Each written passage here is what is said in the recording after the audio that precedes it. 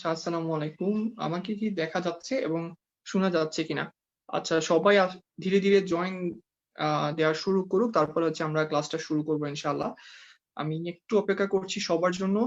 সবাই চলে আসলে আজকের ক্লাসটি আমি শুরু করব। তো সবাইকে ১ম এই আলহামদুলিল্লাহ অনেকেই জয়েন দেওয়া শুরু করেছে। সবাইকে ১ম এই শুভেচ্ছা জানাচ্ছি এবং সেই সাথে আমন্ত্রণ জানাচ্ছি বাংলাদেশের সর্ববৃহৎ অনলাইন একাডেমিক প্ল্যাটফর্ম এক্সিস এর আজকের একটি আ আজকের একটি মেম্বারশিপ 2021 এর ডেমো ক্লাসে। আজকের এই ডেমো ক্লাসটিতে মূলত আমি আজকে যে ক্লাসটি নিবো, আজকে যদিও আমি একজন টিচার না, আমি আজকের ক্লাসটি নিচ্ছি সবার একদম বেসিক এক্স-রে সম্পর্কে সবাইকে কিছু ধারণা দেওয়ার জন্য। আমি জানি অনেকে অনেক প্রো লেভেলের এক্স-রে পারেন এবং অনেক ভালো বুঝেন। আসলে আজকের ক্লাসটি তাদের জন্য না। আমরা আজকে এই ক্লাসটি সাজিয়েছি মূলত যারা একদম বেসিক এক্স-রে গুলা সম্পর্কে একটু ধারণা নিতে চান যে আসলে এক্স-রে আমি ইন্টারপ্রিট করার সময় অনেক বেসিক জিনিস আমার ভুল হয়। তো এই জিনিসগুলো আসলে সবাইকে একটু ধারণা দেওয়ার জন্য আজকে এই ক্লাসটি এবং আমাদের অ্যাক্সিস মেম্বারশিপ 2021 এ আমরা আসলে যে কিরকম ক্লাস করাই, আজকের ক্লাসের মাধ্যমে আপনারা কিছু হলেও একটু ধারণা পাবেন। ১ম এই ক্লাসটি শুরু করার আগে সবাইকে বলতে চাই যে আপনারা আমার কথা শুনতে পারছেন কিনা এবং আমাকে দেখতে পারছেন কিনা একটু কমেন্টে যদি জানাতেন আমাকে।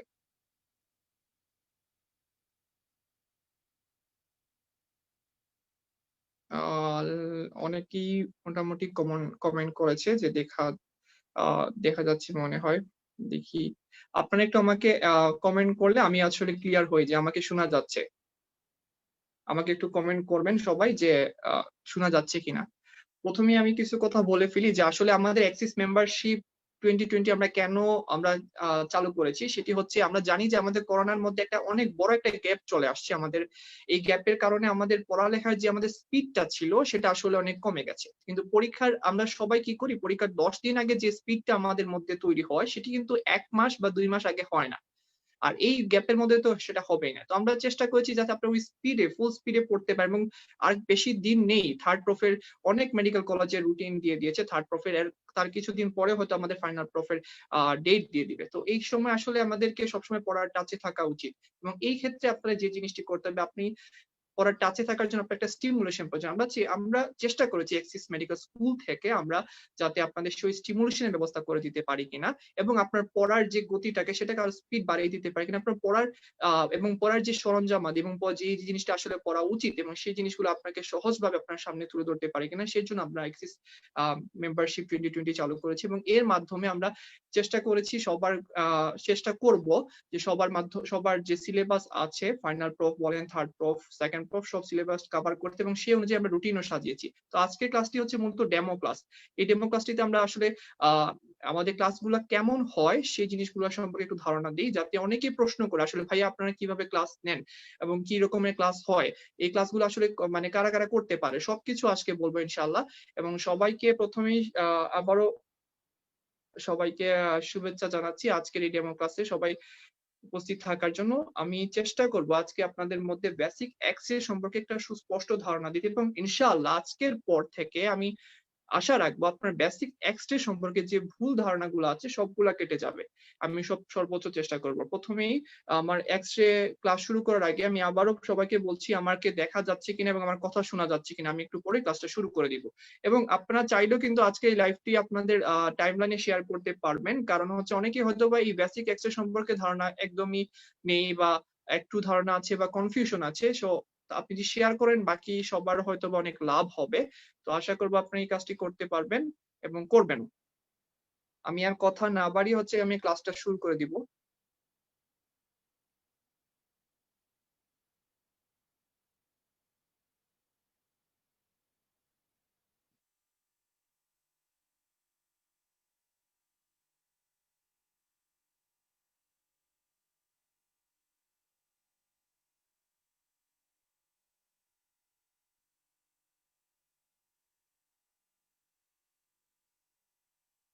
আ আচ্ছা আমার স্ক্রিন কি দেখা যাচ্ছে কিনা? আমার স্ক্রিন যদি দেখা যায় আমাকে একটু কমেন্ট করবেন এখানে। আপনারা একটু কমেন্ট করবেন। তাইলে হচ্ছে গিয়ে আমি একটু কনফার্ম হতে পারবো যে আমার স্ক্রিন দেখা যাচ্ছে এবং আপনারা শুনতে পাচ্ছেন।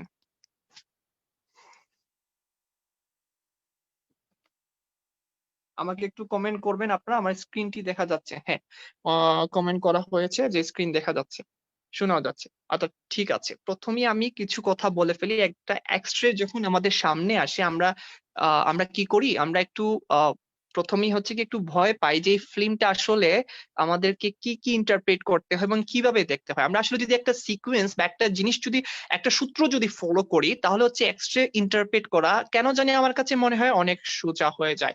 আমার একটা জিনিস কি যে এক্স-রে যখন আপনি ইন্টারপ্রেট করবেন আপনার মাথায় রাখতে হবে যে আপনি এক্স-রে ইন্টারপ্রেট করে আপনি একদম ফুল ডায়াগনোসিসে পৌঁছাতে না পারলে আপনি যেন ওই ওয়েতে পৌঁছে যান। মানে এটা যে আমি ডিজিজটা কোন দিকে যাচ্ছে আমি যাতে এক্স-রে থেকে একটু হলেও বুঝতে পারি।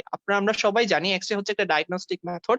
এই এক্স-রে দিয়ে আসলে কনফার্ম ভাবে কিছু বলা একদম কনফার্ম ভাবে বলা যায় না। আমরা হচ্ছে আরো ক্লিনিক্যাল ইভালুয়েশন করি, আরো টেস্ট গুলো করার পর তারপরে বলতে পারি একদম কনফার্ম ভাবে। তো এক্স-রে দিয়ে হচ্ছে ডিজিজটা কোন পথে দিয়ে হেঁটে যাচ্ছে সেই সম্পর্কে ভালো ধারণা দেয়। তো এক্স-রে এই জন্য আমাদের জানা খুবই প্রয়োজন। একটা এক্স-রে ফিল্ম হাতে নিলে আমরা অনেকেই হচ্ছে এক্স-রে ফিল্ম কিভাবে ধরতে হয় বা কি প্রথমে দেখতে হয় সে সম্পর্কে আসলে একদমই অনেকেই জানি বাট কনফিউশন থাকে। তো আজকে চেষ্টা করব আমরা এই এক্স-রেটাকে একটু সহজভাবে একটা সিকোয়েন্স অনুযায়ী মনে রাখার জন্য যাতে আমরা যখন এক্স-রে ফিল্ম হাতে নিব তখন যাতে আমাদের কোনো ধরনের সমস্যা না হয় এবং ডিজিজ গুলা যাতে আমরা কনফার্ম না হলেও যেন মোটামুটি 80 to 70% যাতে ডায়াগনোসিসের দিকে যেতে পারে বা বলতে পারে এই জিনিসটা এইটা হতে পারে। তো এই জিনিসটা আমরা চেষ্টা করবো। আসলে যদি বেসিক ধারণা থাকে এক্স-রে সম্পর্কে তাহলে হচ্ছে কি আপনি একটা ডিজিজের প্যাথোলজি বা প্যাথোলজি ডিজিজ গুলা যেগুলো আছে সেগুলা সম্পর্কে একটু হলেও ধারণা পাওয়া যায়। তো প্রথমে আমি শুরু করছি আজকে এক্স-রে মেড ইনক্রেডিবল ইজি আজকে ডেমো ক্লাসটি। প্রথমে হচ্ছে গিয়ে আমি একটা এক্স-রে হাতে পাওয়ার পর প্রথমে একটা প্রশ্ন আসে প্রথমেই যে অ্যাবডোমেনের কোন কারণে আমরা কিন্তু সবসময় জানি যে এক্স-রে গুলা বুকের এক্স-রে করা হয়, চেস্ট এক্স-রে করা হয়। কিন্তু অনেক সময় স্যাররা প্রশ্ন ধরতে পারেন যে এরকম বা অনেক সময় অনেকেই জানতে চায় যে অ্যাবডোমেনের কোনো কারণ আছে কিনা যেটা অ্যাবডোমেনের প্যাথোলজি বাট চেস্টে এক্স-রে করা হচ্ছে। সেটা আসলে কি? তখন হচ্ছে গিয়ে আসলে আমরা যে অ্যান্সারটা দিতে হবে বা যেটা হয় সেটা হচ্ছে অ্যাবডোমেনের কোনো ধরনের পারফোরেশন থাকলে আমরা চেস্টের এক্স-রে করি। আমরা চেস্টের মধ্যে একটা গ্যাস শ্যাডো পাই। যার জন্য চেস্টের মধ্যে গিয়ে সেই প্যাথোলজি বা সেই প্যাথোলজিটা পাওয়া হয়। আচ্ছা, এখন চেস্ট এক্স-রে আসলে আমরা কোন ভিউতে করি? একটা চেস্ট এক্স-রে যখন আমরা করা হয় ভিউটা কি থাকে? অনেকগুলা ভিউ আছে। তার মধ্যে আমরা করি বেশিরভাগ সময় পোস্টেরিয়র অ্যান্টেরিয়র ভিউতে করা হয়। আর অ্যাবডোমিনাল যে এক্স-রে গুলা করা হয় সেটি হচ্ছে অ্যান্টেরিয়র পোস্টেরিয়র ভিউতে করা হয়। এখন আপনার প্রশ্ন আসে যে আমি যখন এক্স-রে করব এক্স-রে করার সময় আমাকে একটা জিনিস মাথায় রাখতে হবে। একটা লোক যখন আসবে এক্স-রে রুমের মধ্যে তখন কিন্তু আমার এক্স-রে যে করে সে কিছু ইনস্ট্রাকশন দেয়। যেমন চাচা আপনি সোজা হয়ে দাঁড়াবেন, শ্বাস নিয়ে ধরে রাখবেন, শ্বাস ছাড়বেন না। এখন সোজা হয়ে দাঁড়ানোর কারণ হচ্ছে আপনি যখন সোজা হয়ে দাঁড়াবেন তখন আপনার ভিতরে যে স্ট্রাকচার গুলো আছে সবগুলো খুব সুন্দর ভিজুয়ালাইজ হবে।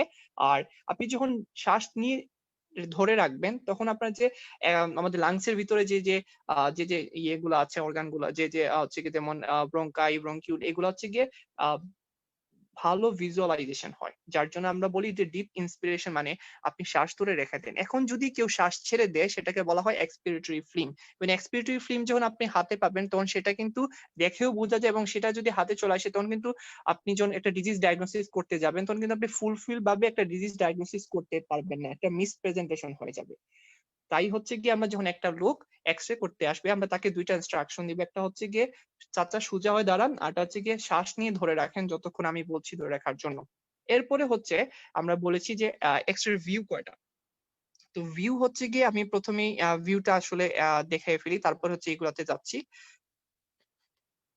এই এক্স-রে চেস্ট আমার নরমালি চেস্টের মধ্যে যে ভিউ যে এক্স-রে গুলা করা হয়, যে ভিউতে করা হয় সেগুলো হচ্ছে posterior anterior view, anterior posterior view, lateral view, lordotic view, lateral decubitus view আর oblique view। এগুলো হচ্ছে নরমালি চেস্টের মধ্যে করা হয়। আমাদের দেশে বা পুরো পৃথিবীতে সবসময় যে ভিউ গুলা ইউজ করা হয় ডিজিজ ডায়াগনোসিস এর ক্ষেত্রে সেটি হচ্ছে posterior anterior view, lateral view, lordotic view মাঝে মাঝে ইউজ করা হয়। তবে মেইনলি হচ্ছে কমনলি ইউজ করা হয় posterior anterior view আর হচ্ছে গিয়ে lateral view। এগুলা দিয়ে আসলে একটা ডিজিজের প্যাথোলজি খুব সুন্দরভাবে বোঝা যায়।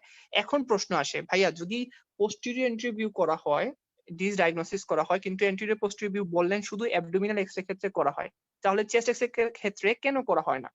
এটা কেন করা হয় না সেটা হচ্ছে গিয়ে যখন anterior posterior view দিয়ে আপনি করবেন তখন ২ টা আপনার আপনার সমস্যায় পড়বেন। সেটি হচ্ছে আপনার পিছনে যে স্কেপুলা থাকে ওই স্কেপুলা লাইনটা তখন সামনের দিকে দেখা যাবে। এক, দ্বিতীয়টি হচ্ছে আপনার হার্টের সাইজটা বড় মনে হবে। যার জন্য আপনি মিস প্রেজেন্টেশন বা মিস ডায়াগনোসিস করে ফেলবেন। তো তো এর ক্ষেত্রে এই জন্য আমরা সবসময় হচ্ছে গিয়ে চেস্ট এক্স এর ক্ষেত্রে পোস্টেরিয়র এন্টিরিয়র ভিউটা করি, আর অ্যাবডোমিনের ক্ষেত্রে আমরা এন্টিরিয়র পোস্টেরিয়র ভিউটা সবসময় করি। এখন হচ্ছে যখন আপনি একটা এক্স-রে হাতে পেয়ে গেলেন তখন আপনি কি করবেন? যখন আমরা একটা এক্স-রে হাতে পেয়ে যাই তখন আমাদের যে জিনিসটা দেখতে হবে সেটি হচ্ছে এক্স-রে নাম। আগে দেখবেন আপনি যে এক্স-রেটা দেখতেছেন বা যে ফিল্মটা হাতে নিয়েছেন সেটি ওই পেশেন্টের সাথে মিলে কিনা। এখন আপনি একটা এক্স-রে ফিল্ম নিলেন, ওইটা আসলে ওই আমরা গভ মেডিকেল গুলাতে বা অনেক প্রাইভেট মেডিকেল দেখি যে ফ্লোরের মধ্যে রোগী আছে। তো একটা এক্স-রে ফিল্ম নেওয়ার পর যদি দেখি এটা আসলে ওই রোগীর কাছে রাখা কিন্তু এটা আসলে ওই রোগীর ফিল্ম না, তাহলে আসলে কিন্তু ওই রোগীকে ভুল ডায়াগনোসিস করা হবে। তো এই ক্ষেত্রে আমাদের সবসময় মাথায় রাখতে হবে প্রথমে রোগীকে নাম জিজ্ঞেস করতে হবে, তারপরে দেখতে হবে যে এক্স-রে এর সাথে তার নাম মিলে কিনা। এক। দ্বিতীয়টি হচ্ছে তার এই যে নাম, বয়স এগুলা জিজ্ঞেস করবেন। তারপরে হচ্ছে যে জিনিসটি দেখতে হবে সেটি হচ্ছে গিয়ে পেশেন্টের রোটেশন আর হচ্ছে সাইড ডিটারমিনেশন। রোটেশন কিভাবে দেখতে হয় এবং সাইড ডিটারমিনেশন কিভাবে দেখতে হয় সেটি হচ্ছে আমরা এখন দেখাবো। এরপরে হচ্ছে এই রকম দিয়ে হচ্ছে আপনার এক্স-রে ডায়াগনোসিস শুরু হয়। আবার বলছি যে প্রথমে যে জিনিসটি করতে হবে সেটি হচ্ছে আপনার আইডেন্টিফিকেশন। আইডেন্টিফিকেশন বলতে হচ্ছে গিয়ে রোগীর সাথে আর রোগীকে প্রথমেই গিয়ে আপনি নাম জিজ্ঞেস করবেন। নাম জিজ্ঞেস করার পর রোগীর সাথে এক্স-রে ফিল্মের নামটা মিলে কিনা সেটি দেখলেন। তাহলে আপনি কনফার্ম হয়ে যাবেন এটা আসলে ওই রোগীরই এক্স-রে ফিল্ম। তারপর হচ্ছে রোটেশন আছে কিনা আর সাইড ডিটারমিনেশন দেখতে হবে। এখন রোটেশন কিভাবে দেখতে হয় আর সাইড ডিটারমিনেশন কিভাবে করতে হয় সেটি এখন দেখাচ্ছি।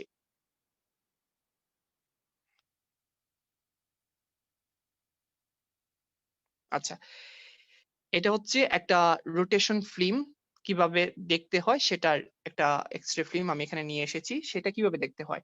আমি এখানে আমার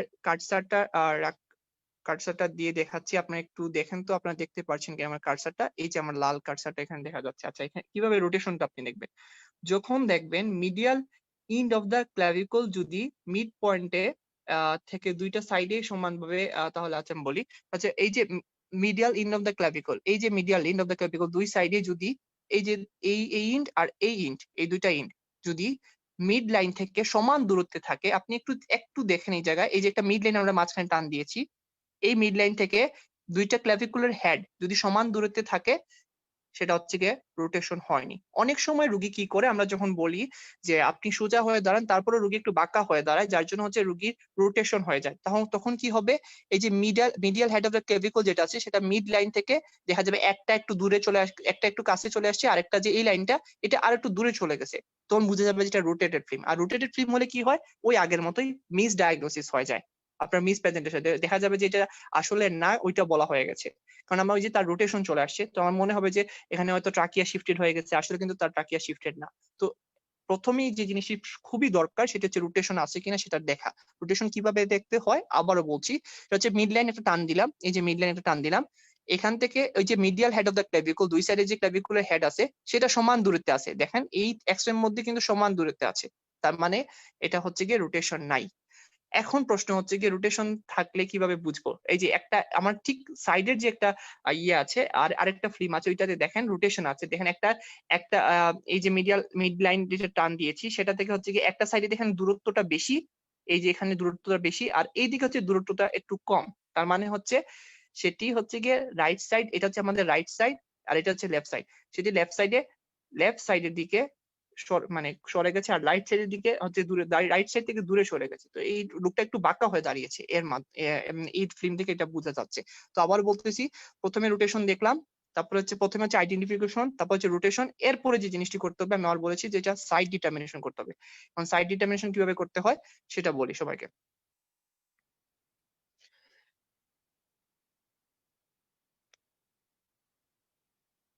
এখন এই এক্স-রে দিয়ে আমরা সাইড ডিটারমিনেশন করতে পারবো। কিভাবে করতে পারবো সাইড ডিটারমিনেশন?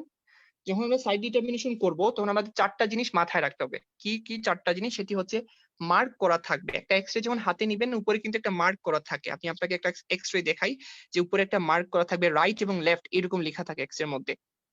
এই যে এই এক্স-রেটা দেখেন, এখানের মধ্যে এই যে এখানের মধ্যে আ একটু ইরেজ করি। এই যে এখানের মধ্যে আমার লেফট লিখা আছে। তার মানে হচ্ছে এই সাইডটা হচ্ছে আমার লেফট আর এই সাইডটা হচ্ছে আমার রাইট। এই সাইডটা হচ্ছে আমার লেফট, এই সাইডটা আমার হচ্ছে রাইট। তাহলে প্রথমে আমি দেখবো মার্কের সাথে আমার মিলে কিনা, মার্ক লেখা থাকবে। তারপরে হচ্ছে আমরা দেখবো অ্যাপেক্স যেটা আছে হার্টের অ্যাপেক্স, সেটা আমরা জানি সবসময় লেফটে থাকে। তাহলে এটা লেফটে আছে কিনা, এই যে এটা অ্যাপেক্স, এটা লেফটে আছে কিনা।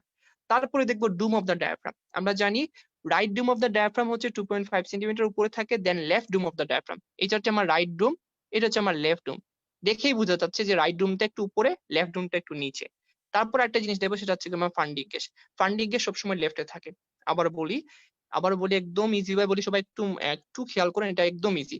প্রথমে কি বলেছিলাম, সেটা হচ্ছে আমার আইডেন্টিফিকেশন করা, আমি আইডেন্টিফিকেশন করে ফেলেছি, রোটেশন আছে কিনা সেটাও দেখে ফেলেছি। এরপর হচ্ছে আমার সাইড ডিটারমিনেশন। আপনি যদি সাইড ডিটারমিনেশন না করতে পারেন, তাহলে অনেক ডিজিজ আপনি সুন্দরভাবে ডায়াগনোসিস করতে পারবেন না। আমি কি কি ডিজিজ সেটা বলছি। আচ্ছা দেখেন, এখানের মধ্যে প্রথমে যে জিনিসটা করতে হবে, প্রথমে বলেছিলাম যে আগে একটা মার্কিং থাকবে, এই মার্কিংটা ঠিক আছে কিনা সেটি দেখতে হবে। লেফট সাইড, তার মানে এটা হচ্ছে লেফট সাইড, এটা হচ্ছে আমার রাইট সাইড, সব এক্স এর ক্ষেত্রে এরকম মার্কিং থাকবে। তারপর হচ্ছে কি অ্যাপেক্স, হার্টের যে অ্যাপেক্সটা আছে সেটা সবসময় লেফট সাইডে থাকে। তো আমি লেফট সাইডে আছে কিনা দেখলাম, হ্যাঁ এটা লেফট সাইডে আছে। তারপর হচ্ছে ডুম অফ দ্য ডায়াফ্রাম, আমরা জানি normally right dome of the diaphragm left dome of the diaphragm থেকে 2.5 সেন্টিমিটার উপরে থাকে, বা উপরে থাকে, আপনি চিন্তা করতে হবে যেটা আসলে উপরেই আছে, হ্যাঁ উপরেই আছে। এরপর যেটা হচ্ছে ফান্ডিং গ্যাস, সেটা সবসময় লেফট সাইডে থাকে, তার এটা হচ্ছে একটা নর্মাল এক্সরে। আমরা কিছু কিছু এক্সরে পাই যেগুলো এক্সরে কি হয়, যেগুলো এক্সরের মধ্যে এই যে অ্যাপেক্স অফ দ্য হার্ট আছে সেটা লেফট সাইডে না থেকে সেটা রাইট সাইডে চলে যায়, যেটাকে বলে ডেক্সট্রোকার্ডিয়া।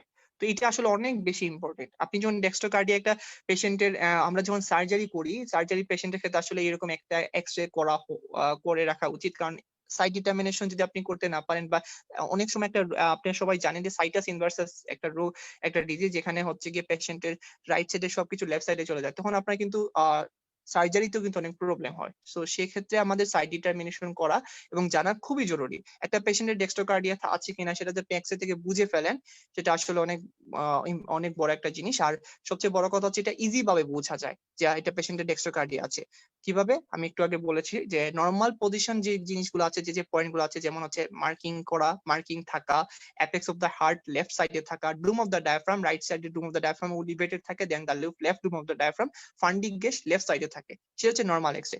এখন যদি পেশেন্টের, একটু আগে বলেছি যে পেশেন্টের যদি অ্যাপেক্স অফ দ্য হার্ট এটা লেফটে না থেকে রাইটে থাকে, সেটা হচ্ছে আমার ডেক্সট্রোকার্ডিয়া। আর ওই যে ফান্ডিং গেজ সেটা যদি এখন লেফটে থাকে নরমালি, যদি এটা লেফট না থেকে রাইটে চলে যায়, তাহলে সেই ডিজিজটাকে বলে সাইটাস ইনভার্সাস।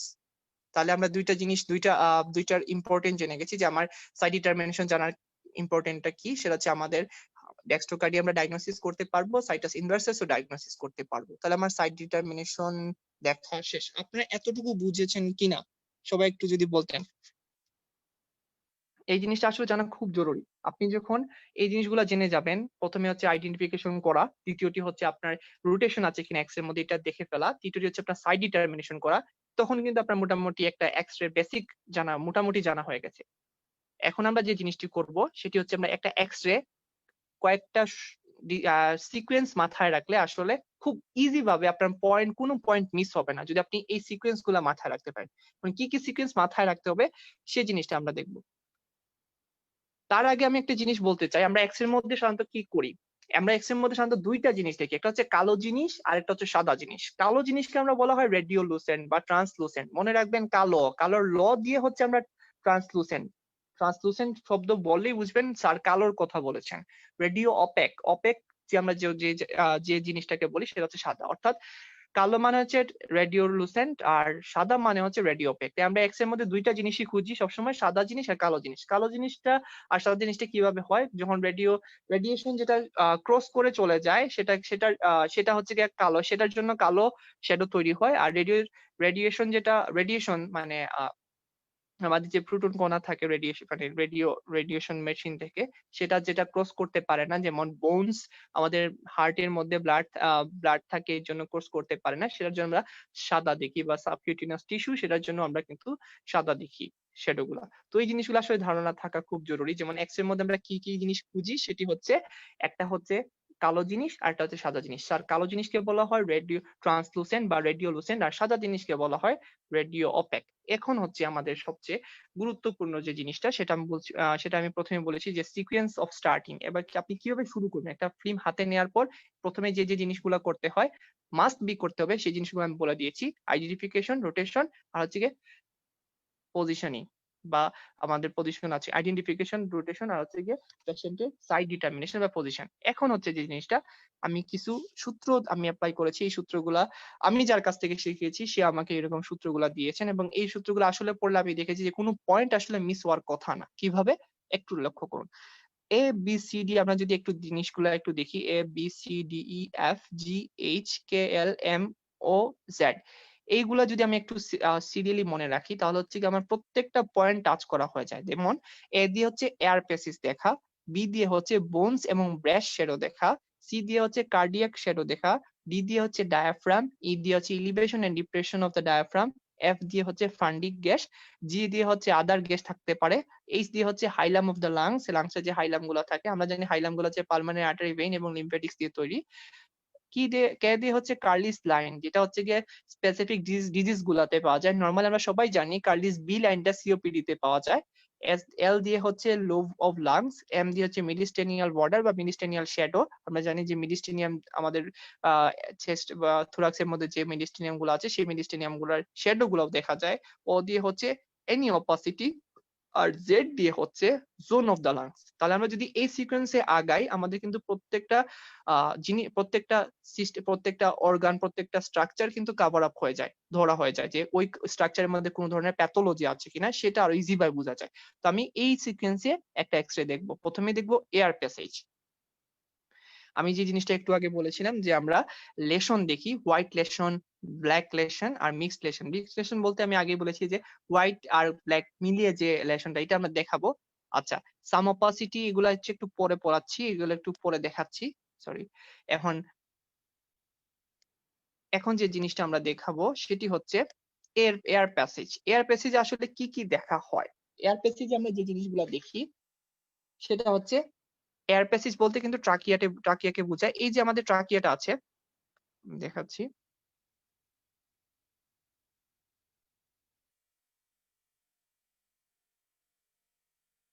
আগে প্রথমে আমাদের যে জিনিসটা করতে হবে, আমাদের প্রথমে আমার এক্সরের প্রত্যেকটা স্ট্রাকচার আমাকে চিনতে হবে।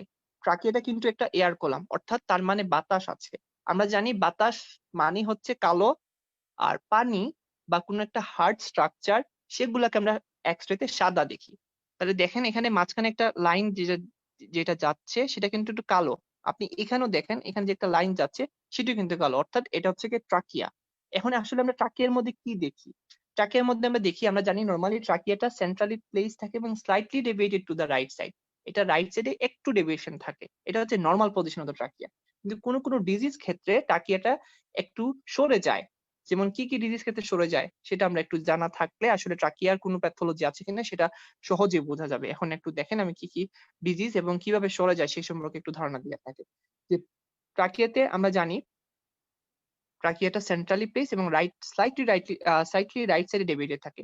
এবং যখন ট্রাকিয়াকে কোনো কিছু স্ট্রাকচার পুশ করে তখন ট্রাকিয়াটা কি, পুশ মানে হচ্ছে ধাক্কা দেওয়া, ট্রাকিয়াটা কিন্তু এক সাইডে সরে যাবে। বা যখন কোনো কোনো স্ট্রাকচার ট্রাকিয়াকে পুল করে বা ট্রাকিয়াকে টেনে নিয়ে আসে তখন কিন্তু ট্রাকিয়াটা একটা যে সাইডে আছে সেম সাইডে সরে যায়। তখন আমরা আমরা এখন কিভাবে কিভাবে বুঝবো? আচ্ছা আমি আবারও বলি, আমরা দুইটা জিনিস দেখবো এখানে হচ্ছে পুশ ফ্যাক্টর আর হচ্ছে পুল ফ্যাক্টর। পুশ ফ্যাক্টর গুলা কি কি আছে? আমরা জানি পুশ মানে হচ্ছে ধাক্কা দেয়। এখন কোন কোন স্ট্রাকচার বা কোন কোন জিনিস সেটা হচ্ছে গিয়ে ট্রাকিয়াকে, কোন কোন ফ্যাক্টর ট্রাকিয়াকে ধাক্কা দিবে সেটা আমরা একদম ইজি ভাবে মনে রাখবো। পানি হতে পারে, বাতাস হতে পারে, কোন ধরনের টিউমার বা হার্ট স্ট্রাকচার হতে পারে, যেগুলো হচ্ছে গিয়ে মানুষ আমরা জানি স্ট্রাকচারকে ধাক্কা দেয়, মানে ট্রাকিয়াকে ধাক্কা দিবে। যখন এরকম কোন স্ট্রাকচার ধাক্কা দিবে তখন ট্রাকিয়াটা কিন্তু অপোজিট সাইডে সরে যাবে। অর্থাৎ যদি ট্রাকিয়াটা যদি ট্রাকিয়াটা এই দিকে সরে যায় তাহলে বুঝতে হবে এইদিকে পুল ফ্যাক্টর আছে, পুশ ফ্যাক্টর আছে। অর্থাৎ এখানে এমন কোন স্ট্রাকচার আছে যেটা ট্রাকিয়াকে এই দিকে ধাক্কা দিচ্ছে সরে যাওয়ার জন্য। তো কি কি আছে আমি একটু আগে বলেছি যে ইফিউশনের জন্য হতে পারে পানি, নিউমোথোরাক্স মানে বাতাসের জন্য হতে পারে, টিউমার, কোন ধরনের টিউমার থাকলে সেটা কিন্তু ট্রাকিয়াকে উল্টা সাইডে সরিয়ে দেয়। তো আমরা এই জিনিসটা জানা হয়েছে সেটাকে বলা হয় পুশ ফ্যাক্টর। এখন হচ্ছে গিয়ে কোন কোন ডিজিজ ক্ষেত্রে ট্রাকিয়াটা কিন্তু সেম সাইডে ডেভিয়েশন হয়। অর্থাৎ ট্রাকিয়াটা মনে করো এই সাইডে, এই যে ট্রাকিয়া সেন্ট্রালি প্লেস আছে ট্রাকিয়াটা এই সাইডে ডেভিয়েশন হয়েছে কিন্তু এখানে কোনো ধরনের প্যাথোলজি নেই, তাহলে নিশ্চয়ই এখানে কোনো প্যাথোলজি আছে। এখন কি প্যাথোলজি থাকতে পারে? আমরা জানি কলাপস এবং ফাইব্রোসিস এর ক্ষেত্রে ট্রাকিয়াটা সেম সাইডে ডেভিয়েশন হয়, মানে সে ট্রাকিয়াকে পুল করে নিয়ে আসে। ট্রাকিয়াটা যে সাইডে আছে, ট্রাকিয়াটা এই সাইডে নরমালি সেন্টারে আছে, ট্রাকিয়াকে এই সাইডে নিয়ে আসবে, কিন্তু এইখানে কোনো প্যাথোলজি পাবা না। যখন দেখবা অপোজিট সাইডে কোনো ধরনের প্যাথোলজি নাই, কিন্তু ট্রাকিয়াটা একটা সাইডে সরে গেছে, তখন মনে করতে হবে এটা একটা পুল ফ্যাক্টর, অর্থাৎ ট্রাকিয়াটা সেম সাইডে ডেভিয়েশন হয়েছে। এবং এটা কোন কোন কারণে হয়? নরমালি কলাপস এবং ফাইব্রোসিস এর ক্ষেত্রে হয়। আর আরেকটা জিনিস হচ্ছে গিয়ে আমরা আরেকটা ডিজিজ ক্ষেত্রে যে জিনিসটা পাই খুব কমনলি, কনসোলিডেশন, নরমালি এখন খুব বেশি দেখা যাচ্ছে। এখানে কিন্তু ট্রাকিয়াটা কোনো ধরনের শিফটেড হয় না, ট্রাকিয়াটা সেন্ট্রালি প্লেস থাকে। তাহলে আমার এ নিয়ে যা যা কথাবার্তা মোটামুটি শেষ হয়ে গেছে। এ আবার বলি, এ হচ্ছে গিয়ে এয়ার কলাম বা এয়ার প্যাসেজ। এয়ার কলাম কোনটা? আমি একটু স্ট্রাকচারটা সবাই একটু চিনতে হবে। আসলে আমি আগে আসলে সবগুলা স্ট্রাকচার আপনাকে একটু চিনিয়ে দিই, তারপর হচ্ছে আপনার জন্য খুব ইজি হবে। এখানে একটু দেখেন, এখানে একটু ফিগারটা আঁকা আছে, তারপর আমি আরেকটা এক্সরে তে নিয়ে যাব, তখন আপনাকে আরো ইজি হবে। আমি একটু আপনাকে দেখিয়ে দিচ্ছি এখানে আসলে কি কি বোঝাচ্ছে। এটা হচ্ছে আমার ট্রাকিয়া, এটা হচ্ছে আমার ক্ল্যাভিকল, এই যে এটা হচ্ছে ট্রাকিয়া, এই যে অ্যাঙ্গেল, এই অ্যাঙ্গেলটাকে বলা হয় ক্যারিনা। তারপরে হচ্ছে কি, এটা হচ্ছে রাইট লাংস, এটা হচ্ছে রাইট সাইড, যেহেতু এটা রাইট লাংস, এটা হচ্ছে রাইট লাংস, এটা হচ্ছে লেফট লাংস, এটা হচ্ছে আমার হার্টের বর্ডার, এটা হচ্ছে রাইট বর্ডার, আর এটা হচ্ছে আমার লেফট বর্ডার। এখন এখানে এখানে কেন নিয়ে আসলাম সেই জিনিসটা আপনাকে একটু দেখাই, আমার হার্টের রাইট বর্ডার গুলো একটু ক্লিয়ার ভাবে জানার জন্য। দেখেন হার্টের রাইট বর্ডার এবং লেফট বর্ডার গুলা, হার্টের রাইট বর্ডারটা কিন্তু ফর্ম হয়, হার্টের রাইট বর্ডারটা কিন্তু ফর্ম হয় মেইনলি রাইট এট্রিয়াম এবং উপরে সুপিরিয়র ভেনা কাভা দিয়ে। তার মানে যখন আমরা কোনো ধরনের প্যাথোলজি দেখবো রাইট সাইডে, তখন মনে করতে হবে হার্টের রাইট এট্রিয়াম কোনো ধরনের সমস্যা আছে কিনা, বা সুপিরিয়র ভেনা কাভার কোনো ধরনের সমস্যা আছে কিনা, সেই জিনিসটা মাথায় রাখতে হবে। যখন আমরা লেফট সাইডে কিভাবে ফর্ম হয়, লেফট সাইডে ফর্ম হয় যে এইটা যে একটু গুল সাইড, একটু গুল হয়ে বেরিয়ে আসছে, সেটাকে বলা হয় এওরটা বা এওরটিক নাকেল বলা হয়। আর ভিতরে যে একটু একটু বাল্জ, একটু যে ডিপ্রেশন সাইড আছে, একটু ডিপ্রেশন, সেটাকে বলা হয় পালমোনারি আর্টারি বা পালমারি কনাস। এরপরে যে জিনিসগুলো আছে সেটা হচ্ছে লেফট এপ্রিয়াল অ্যাপেন্ডেজেস, আর এরপর হচ্ছে লেফট ভেন্ট্রিকল। এটা হচ্ছে কি পুরাটা হচ্ছে লেফট ভেন্ট্রিকল। আর রাইট ভেন্ট্রিকল হচ্ছে উপরে থাকে, সেটা হচ্ছে এক্স এর মধ্যে এরকম আসলে ক্লিয়ারলি দেখা যায় না। তো আমাদের মোটামুটি এটা হচ্ছে কি একটা স্ট্রাকচার। এখন আমি এক্স-রের মধ্যে স্ট্রাকচার গুলাকে আপনাকে চিনাচ্ছি। আপনি একটু স্ট্রাকচার গুলো যদি চিনে ফেলেন, আসলে তখন আপনার কোনো ধরনের সমস্যা হবে না। আমি একটা ভালো একটা এক্স-রে তে দেখাই, তাহলে আপনার জন্য অনেক ভালো হবে। আপনি এই এক্স-রেটা একটু দেখাচ্ছি। এই এক্স-রের মধ্যে আসলে সবকিছু মোটামুটি আলহামদুলিল্লাহ ক্লিয়ার ভাবে বোঝা যাবে। আমি একটু এক্স-রে দেখি। হ্যাঁ, এই এক্স-রেটা একটু দেখাই। এই এক্স-রের মধ্যে সব স্ট্রাকচারের উপর কিন্তু একটু নাম লিখা আছে। আপনারা যদি একটু খেয়াল করেন, আপনার প্রত্যেকটা স্ট্রাকচার চিনে যাবেন। তারপর আমি একটু দেখাচ্ছি, সবাই একটু খেয়াল করবেন। আর কারো কোনো ধরনের প্রশ্ন থাকলে আমাকে একটু প্রশ্ন করতে পারেন। কোনো ধরনের প্রশ্ন থাকলে আমাকে একটু প্রশ্ন করতে পারেন, আমি আপনাদেরকে এই প্রশ্নগুলো আনসার দেওয়ার চেষ্টা করব যদি আমি জেনে থাকি। আচ্ছা, একটু সবাই খেয়াল করেন, এই যে মাঝখানে আপনার ট্রাকিয়াটা সবাই চিনেছেন কিনা দেখেন, একটা কালো শ্যাডো, লম্বা শ্যাডো, কালো। আমি একটু আগে বলেছি ট্রাকিয়া কিন্তু একটা এয়ার কলাম, মানে বাতাস থাকে ট্রাকিয়ার মধ্যে, বাতাস মানে হচ্ছে কালো, তার মানে হচ্ছে এটা হচ্ছে পুরাটা ট্রাকিয়া। আচ্ছা ঠিক আছে, এরপরে যে যে স্ট্রাকচার গুলো আসলে চিনতে হয় সেটি হচ্ছে গিয়ে, আমি একটু আগে দেখিয়েছি, এই যে বর্ডারটা একটু আগে দেখিয়েছি, এটা কি বলে? এটাকে বলা হয় রাইট এট্রিয়াম। আর রাইট এট্রিয়ামের উপরে কি থাকে? Sir, superior vena CAVA. ঠিক আছে, এরপর আমি লেফট সাইডে আসলাম, এই যে এইরকম একটু গোল, আমি বলেছি একটু গোল, যেটা এটাকে বলা হয় এওরটিক নাকেল। এটাকে বলা হয় এওরটিক নাকেল, মানে এওরটা আর কি, এটা যে গুল হয়ে উপরে ওঠে এটাকে বলা হয় এওরটিক নাকেল। এখানে কিন্তু অনেক ধরনের প্যাথোলজি হতে পারে, অনেক ধরনের প্যাথোলজি হতে পারে। আমরা প্যাথোলজি যখন যাবো তখন আমরা দেখাবো। আগে স্ট্রাকচার চিনতে হবে ভালো করে। আচ্ছা, এটা হচ্ছে এওরটিক নাকেল। এরপর যে এই যে ডিপ্রেশন জায়গা, যেটা একটু ডিপ্রেসড হয়ে গেছে, সেটাকে পালমোনারি আর্টারি বা পালমোনারি কনাস বলে। তারপরে বলছিলাম আমি যে লেফট এট্রিয়াল অ্যাপেন্ডেজ, তারপর হচ্ছে গিয়ে লেফট ভেন্ট্রিকল, এটা পুরোটা হচ্ছে লেফট ভেন্ট্রিকল। তাহলে আমার অর্গান গুলোর স্ট্রাকচার নাম জানা হয়ে গেছে। এরপর হচ্ছে আমাকে রিবস দেখতে হবে। এখন রিবস এর আমরা যে জিনিসটা সবসময় ভুল করি, সেটা হচ্ছে আমরা রিবস দেখার পর ভাইয়া কোনটা আসলে অ্যান্টিরিয়র সাইড আর কোনটা আসলে পোস্টেরিয়র সাইড সেটা আসলে বুঝি না। তো এই জিনিসটা একটু বুঝতে হবে। দেখো, নরমালি আসলে আমাদের চেস্ট এক্স এর মধ্যে পিএ ভিউ করলে অ্যান্টিরিয়র সাইডে 6টা রিবস ভালোভাবে দেখা যায়, আর পোস্টেরিয়র সাইডে 10টা রিবস দেখা যায়। অ্যান্টিরিয়র সাইডে 6 নাম্বার যে রিবসটা থাকে সেটা হচ্ছে গিয়ে ডায়াফ্রামকে মিড লাইন বরাবর ক্রস করে, মানে এটা হচ্ছে আমার ডায়াফ্রাম, এটার মিড লাইন মনে করো এটা, তো দেখবা এখানে এরকম একটা ক্রস করেছে, এটা হয়তো 6 নাম্বার রিবস। এজ ইউজুয়াল সব সময় 6 নাম্বার রিবস হচ্ছে গিয়ে ডায়াফ্রামকে মিড লাইন বরাবর ক্রস করে। আর পোস্টেরিয়র সাইডে আমি বলেছি 10টা রিব দেখা যায়। আচ্ছা, এখন রিবস গুলা কাউন্ট করা অবশ্যই শিখতে হবে, না হলে হচ্ছে গিয়ে আপনি দেখা যাবে যে রিপস গুলো কাউন্ট করা না করতে পারে, রিপস এর কোন ধরনের প্যাথোলজি সেটাও আপনি ডায়াগনোসিস করতে পারবেন না। তাহলে দেখেন, এটা হচ্ছে আমার ক্ল্যাভিকল উপরের সাইড, এরপর হচ্ছে গিয়ে ফার্স্ট এই সাইডটা হচ্ছে গিয়ে আমি যে এই যে এটা হচ্ছে কিন্তু আমার ক্ল্যাভিকল বড় করে যে সাইডে। এরপরে প্রথম দিকে শুরু করি, এটা হচ্ছে আমার ফার্স্ট রিব, এটা হচ্ছে আমার সেকেন্ড রিব। আমার আমার আমি আমি যে কার্সারটা ঘোরাচ্ছি সেটা দেখেন আপনি, এটা হচ্ছে আমার থার্ড রিব, এটা হচ্ছে আমার ফোর্থ রিব, এটা হচ্ছে আমার ফিফথ রিব, এটা হচ্ছে আমার সিক্সথ রিব। আমি আবার এই সাইড দিয়ে গুনি, এটা হচ্ছে আমার ফার্স্ট রিব, এটা হচ্ছে আমার সেকেন্ড রিব, এই যে এটা, এরপর হচ্ছে এটা আমার থার্ড রিব, লিখাই আছে দেখেন ফোর্থ রিব, ফিফথ রিব, এটা হচ্ছে সিক্স রিব। দেখেন আমি একটু আগে বলেছিলাম যে six rib maximum time age usual time যে জিনিসটা হয় এটা মিড লাইন বরাবর ক্রস করে, এখানের মধ্যে একটু ভালো বোঝা যায়নি। আমি আরেকটা এক্সরে দেখে তখন আপনি আরো ভালোভাবে বুঝতে পারবেন। যেমন এই এক্সরেটা একটু দেখি, এক্সরেটার মধ্যে কি আছে। যেমন এই এক্সরেটার মধ্যে, এক্সরেটা একটু দেখি, এই এক্সরেটার মধ্যে যে জিনিসটা হয় সেটা আমি একটু রিবসটা গুনি, যে রিবসটা গুনলে আপনার আরো ইজি হয়ে যাবে। রিবসটা গুনি, এই যে এটা হচ্ছে আমার ফার্স্ট রিব, এটা হচ্ছে আমার সেকেন্ড রিব, এটা হচ্ছে আমার থার্ড রিব, এটা হচ্ছে আমার ফোর্থ রিব, এটা হচ্ছে আমার ফিফথ রিব, আর এটা হচ্ছে আমার সিক্স। দেখেন সিক্স রিবটা যখন আমি কাউন্ট করেছি এটা কিন্তু ডায়াফ্রামকে এই যে মিড লাইন বরাবর ক্রস করেছে।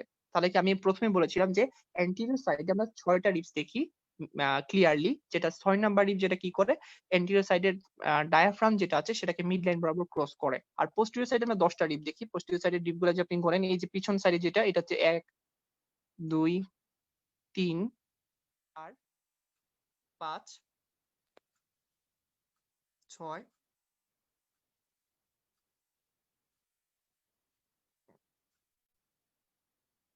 6 আমার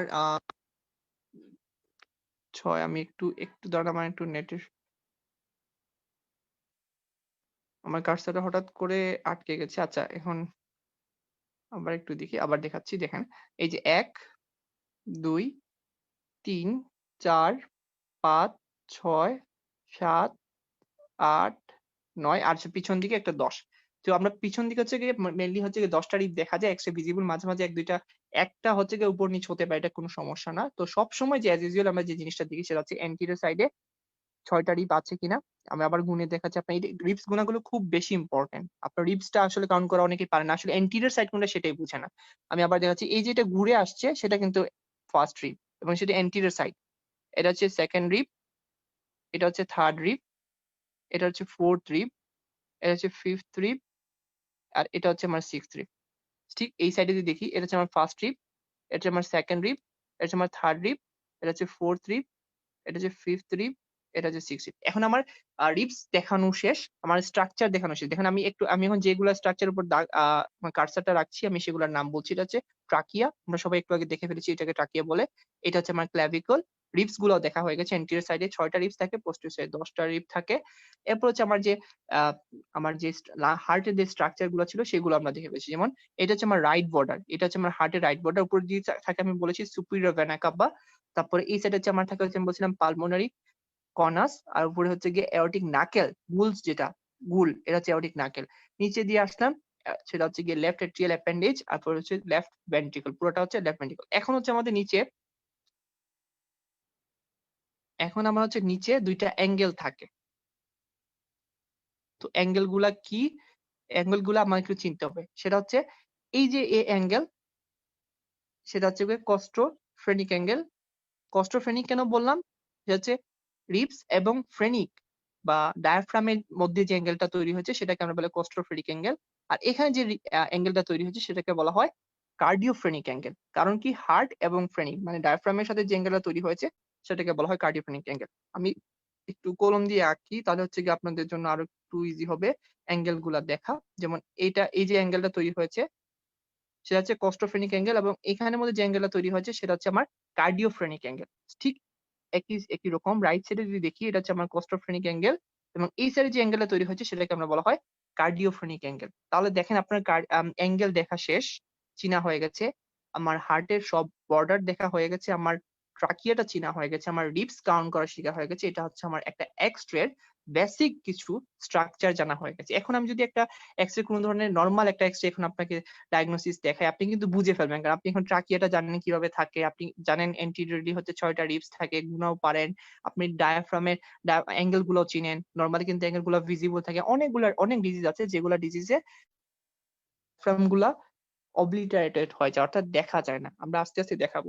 তাহলে আমার হচ্ছে এ দিয়ে দেখা হয়ে গেছে, এয়ার কলাম আমার জানা হয়ে গেছে। বি দিয়ে, এখন বি তে আসি। বি তে আসলে কি দেখা যাবে? বি বলা হয়ে গেছে অলরেডি, তারপরে বলি।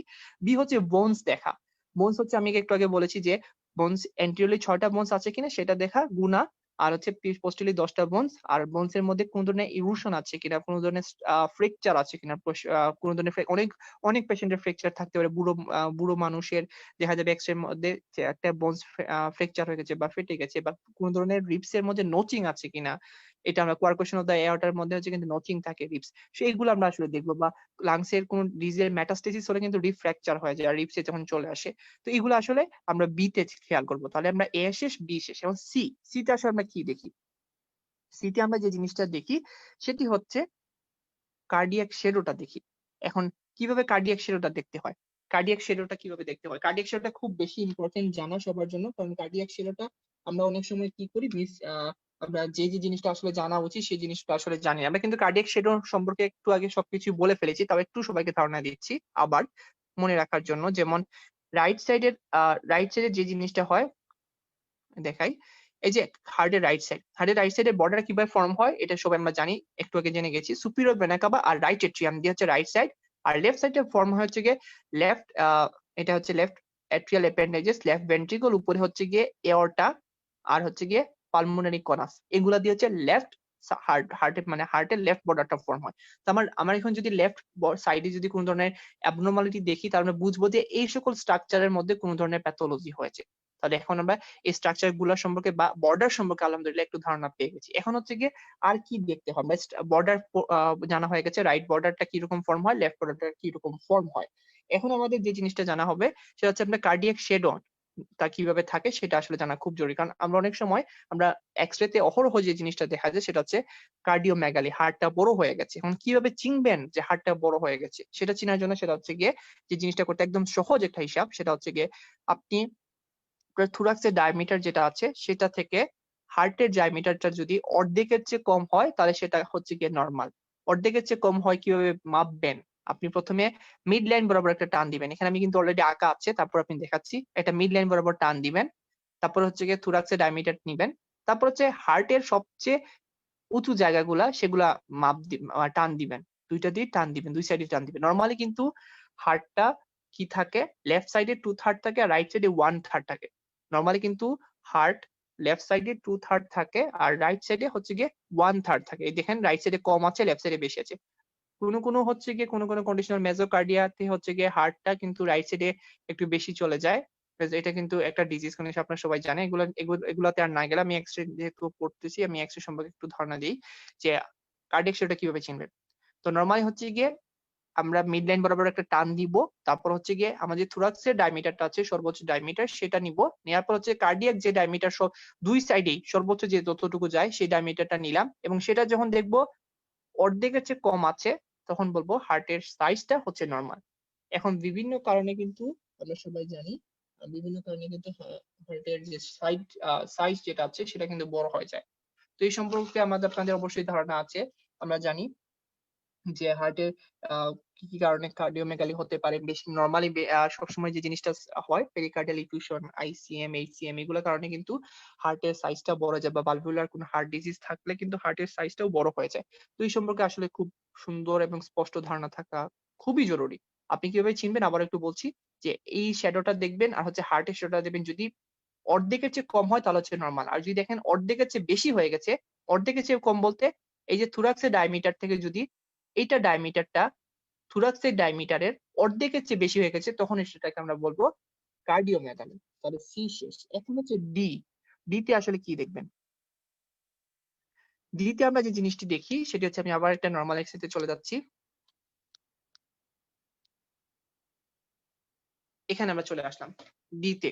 ডি তে আমরা যে জিনিসটি দেখি সেটা হচ্ছে আমরা ডুম অফ দ্য ডায়াফ্রাম দেখি। এখন ডুম অফ দ্য ডায়াফ্রামে কি দেখা হয়? ডুম অফ দ্য ডায়াফ্রামে দেখা হয় সেটা হচ্ছে কি আমরা ইলিভেশন এবং ডিপ্রেশন আছে কিনা। ইলিভেশন এবং ডিপ্রেশন চিনবেন কিভাবে সেটাও একটা জিনিস, খুবই ইজি, খুবই ইজি। সেটা হচ্ছে নরমালি আমি একটু আগে বলেছি আমরা একটু এখানে কিন্তু আমরা একটা আগে আমরা কি করি, আমরা হচ্ছে গিয়ে রিবসটা কাউন্ট করে ফেলি, তাহলে আমাদের জন্য ইজি হবে। যেমন first rib, second rib, third rib, fourth rib, fifth rib, sixth rib, 6টা রিব। এদিকে কাউন্ট করি, first rib, second rib, third rib, fourth rib, fifth rib, sixth rib, 6টা রিবস। আমরা যদি দেখি কোনো একটা এক্স-রের মধ্যে অ্যান্টিরিয়রলি 6টা ribs, 6 number rib mid line বরাবর ক্রস করেছে, মিড লাইন বরাবর ক্রস করেছে, তখন বলবো এটা নরমাল। যখন দেখবেন এখানে 7 নাম্বার রিবসও দেখা যাচ্ছে ক্লিয়ারলি, 8 নাম্বার রিবসও দেখা যাচ্ছে ক্লিয়ারলি, তখন সেটাকে বলা হয় ডিপ্রেশন। অর্থাৎ আমাদের ডায়াফ্রামটা একটু ডিপ্রেসড হয়ে গেছে, একটু নিচে নেমে গেছে। এখন হচ্ছে গিয়ে মানে লো হয়ে গেছে। এখন ফ্ল্যাট, আমরা জানি 2টা জিনিস পড়ি আমরা সবসময় ডায়াফ্রামের ক্ষেত্রে, লো ফ্ল্যাট ডায়াফ্রাম যেটা আমরা সিওপিডি তে পাই। এখন ফ্ল্যাট কিভাবে চিনবেন?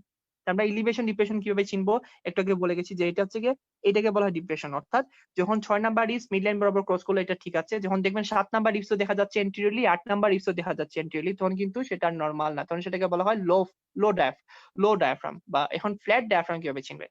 ফ্ল্যাট ডায়াফ্রাম চিনতে হলে আপনাকে যে কাজটি করতে হবে সেটা হচ্ছে আপনার কার্ডিও ফ্রেনিক অ্যাঙ্গেল থেকে আর কোস্টোফিনিক অ্যাঙ্গেল থেকে একটা লম্বা টান দিবেন। তো লম্বা টান দেওয়ার পর এই যে একটা স্পেস, যে একটা দূরত্ব, সেটা যদি 2.5 সেন্টিমিটারের বেশি হয় বা কম হয় তখন সেটাকে বলা হয় ফ্ল্যাট। নরমালি এই যে ডায়ামিটারটা আবার এই সাইডে আঁকি, এই যে একটা লম্বা টান দিলাম, এই যে একটা ডায়ামিটার নরমালি এটা 2.5 সেন্টিমিটার হয়। যদি এটা 2.5 সেন্টিমিটার থেকে কম হয় সেটাকে আমরা বলি ফ্ল্যাট ডায়াফ্রাম। অর্থাৎ লো বুঝে গেছি আমরা, ফ্ল্যাটও বুঝে গেছি। এখন জানতে হবে আসলে কি কি কারণে হচ্ছে ইলিভেশন হয়, অর্থাৎ ডায়াফ্রামটা উপরে উঠে যায়, আর কি কি কারণে ডিপ্রেশন হয়। আমরা সবাই জানি ইলিভেশন হয় কি কি কারণে, মানে হার্টের ডায়াফ্রামটা, এই যে হার্টের ডায়াফ্রামটা এটা উপরে উঠে যায় কি কি কারণে, উপরে উঠে যায়। উপরে উঠে গেলে তখন কি করবেন, তখন কিভাবে চিনবেন? তখন দেখবেন যে 5 নাম্বার রিবের পর আর আর হচ্ছে গিয়ে ডায়াফ্রামটা ক্রস মিড লাইন ক্রস করেছে, 5 নাম্বার 6 নাম্বার রিবস আর 7 নাম্বার রিবস আর দেখাই যাচ্ছে না, বা 4 নাম্বার রিবের পর আর কিছুই দেখা যাচ্ছে না, মানে রিব গুলো আর দেখা যাচ্ছে না, তখন বুঝবেন আপনার ডায়াফ্রামটা ইলিভেশন হয়ে গেছে বা উপরে উঠে গেছে। কি কি কারণে হতে পারে আমরা সবাই জানি সেটা, ফাইব্রোসিসের জন্য হতে পারে, কোলাপসের জন্য হতে পারে, আর ডায়াফ্রামে যে নার্ভ সাপ্লাই থাকে যে ফ্রেনিক নার্ভ, এটা যদি কোনো ধরনের পালসি হয় তখন কিন্তু ফ্রেনিক নার্ভ পালসির জন্য কিন্তু আমাদের ডায়াফ্রামটা এলিভেটেড হয়ে যায়, মানে উপরে উঠে যায়। আর ডিপ্রেস কেন হতে পারে আমি একটু আগে বলেছি, ডিপ্রেস হতে পারে সিওপিডি, আমরা নরমাল একটা কন্ডিশন সবাই জানি আমরা কমনলি, সিওপিডি হচ্ছে গিয়ে লো ফ্লেট ডায়াফ্রাম, অর্থাৎ ডায়াফ্রামটা নিচে নেমে আসে। তাহলে দেখেন আমরা কিন্তু এ শেষ বি শেষ, এ দিয়ে এয়ার কলাম দেখলাম, বি দিয়ে হচ্ছে বোন দেখলাম, সি দিয়ে হচ্ছে কার্ডিয়াক শ্যাডো দেখলাম, ডি দিয়ে হচ্ছে ডায়াফ্রামের ইলিভেশন ডিপ্রেশন দেখলাম। এখন কি করব? A B C D E, D E দিয়ে হচ্ছে দেখে ফেলাম। এখন এফ দিয়ে হচ্ছে কি ফান্ডিং গ্যাস। ফান্ডিং গ্যাস আমি এখানে কিছু দেখা লাগে না, আমি একটু আগে সবাইরে বলেছি ফান্ডিং গ্যাসটা ইম্পর্টেন্সটা কি প্রথমেই কিন্তু সবাই জেনে গেছেন। তারপর বলি, নরমালি কিন্তু ফান্ডিং গ্যাস আমাদের লেফট সাইডে থাকে। দেখেন এটা হচ্ছে আমাদের ফান্ডিং গ্যাস, নরমালি কিন্তু আমাদের ফান্ডিং গ্যাস লেফট সাইডে থাকে। যদি কোনো কারণে ফান্ডিং গ্যাস লেফট সাইডে না থাকে, সেটা যদি রাইট সাইডে চলে যায়, অনেক বললাম আমি অনেকের হতে পারে, সেটাকে বলা হয় সাইটাস ইনভার্সাস। আর একলাশিয়া কার্ডিয়াতেও মাঝে মাঝে হচ্ছে, একলাশিয়া কার্ডিয়াতেও কিন্তু ফান্ডিং গ্যাস লেফট সাইডেও থাকে না, রাইট সাইডে থাকে না, অ্যাবসেন্ট থাকে, ফান্ডিং গ্যাসটা অ্যাবসেন্টই থাকে।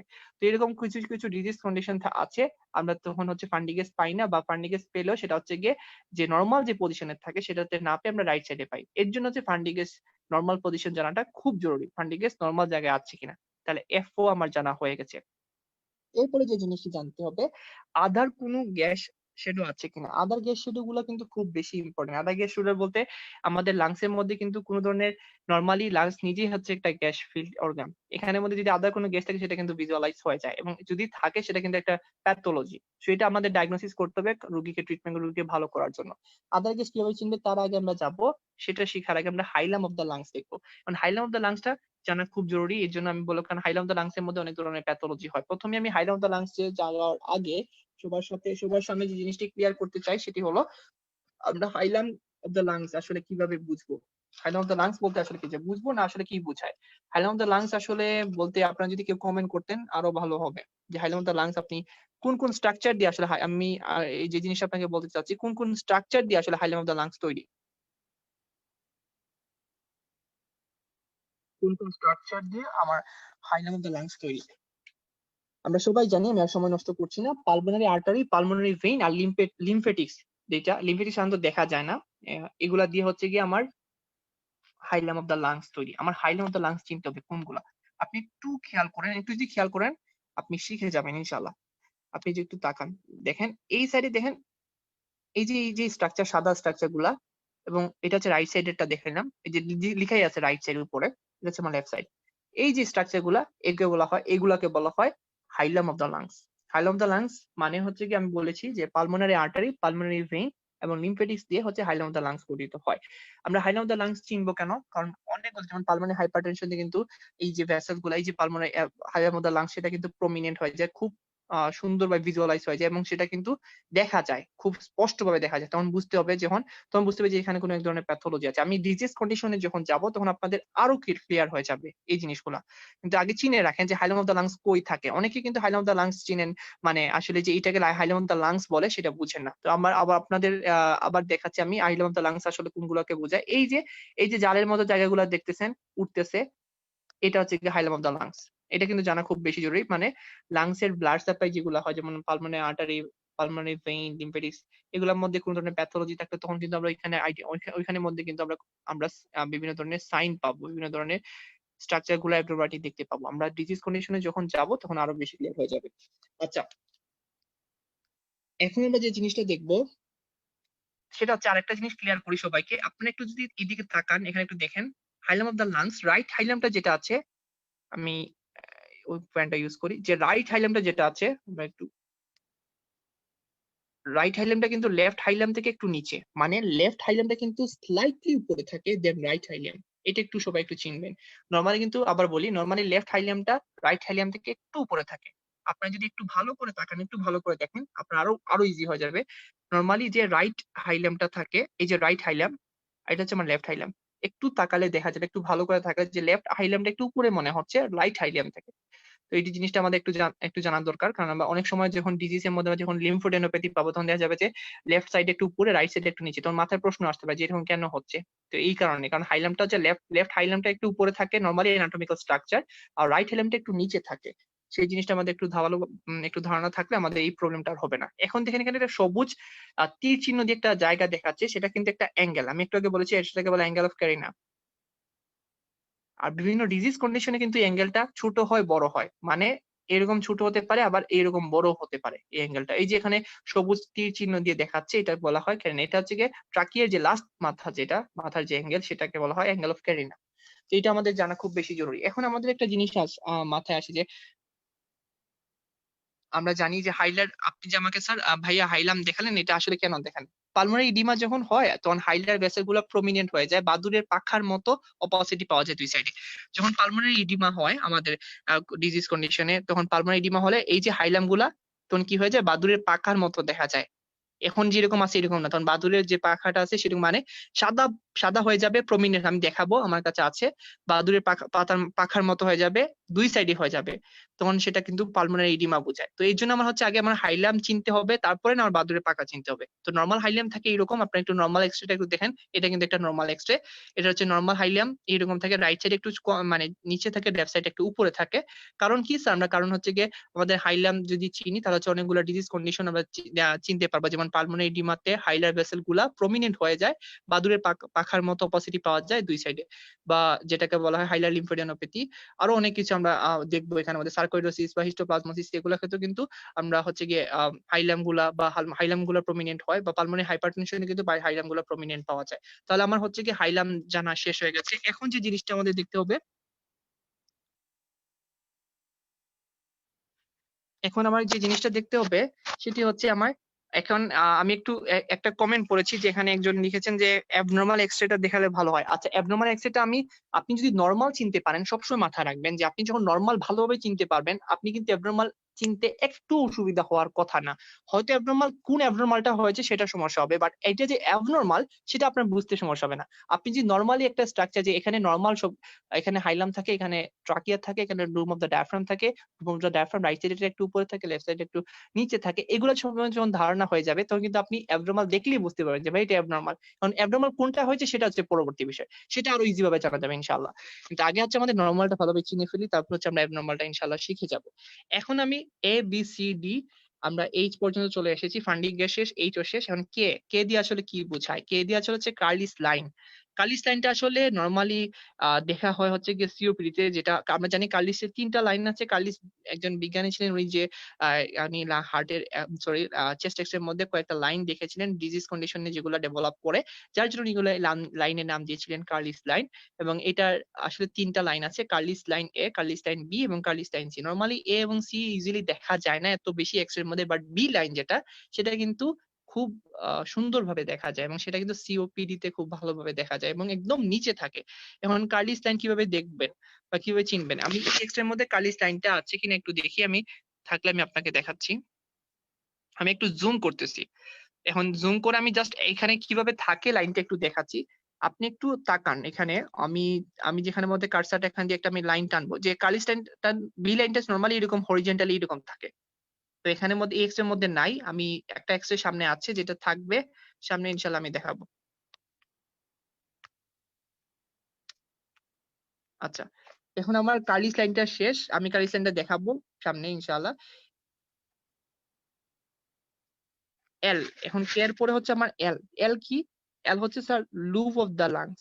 আমরা লাংসের লুপ গুলা দেখবো। আমরা জানি রাইটে লাংসের লুপ কয়টা থাকে? রাইট লাংয়ে থাকে হচ্ছে 3টা লুপ, আর লেফট লাংয়ে থাকে হচ্ছে 2টা লুপ।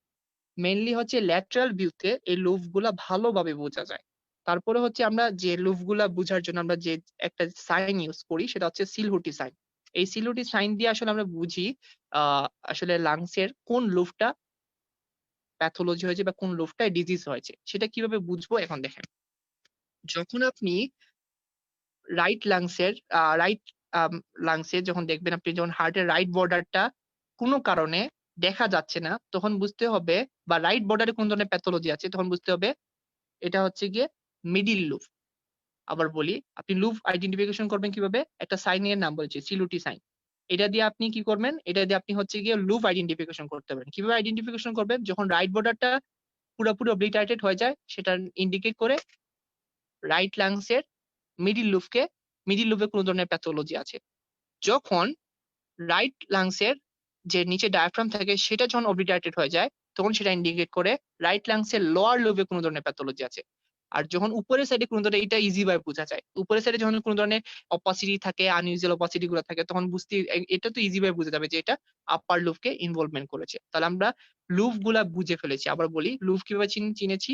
রাইট লাংসে দেখেন, রাইট লাংসে কোন ধরনের রাইট লাংস লুপ গুলা চিনতে হবে কিভাবে? যে স্যার যদি হার্টের রাইট বর্ডারটা অবলিটারেটেড হয়ে যায়, মানে হার্টের রাইট বর্ডারটা যদি দেখা যায় না কোনো অপাসিটি দ্বারা, বা একদম অস্পষ্ট হয়ে যায়, মানে কোনো ডিজিজ কন্ডিশন তৈরি হয়, তখন বুঝতে হবে যে রাইট লাংসের মিডিল লুপটা কোন ধরনের প্যাথোলজি হয়েছে। যখন রাইট লাংসের নিচে যে ডায়াফ্রাম, মানে নিচে যে ডায়াফ্রামিক বর্ডার আছে, সেটা যখন বা এই যে বর্ডারটা আমি আপনাকে দেখাই, এটাতে আরো ভালো হবে।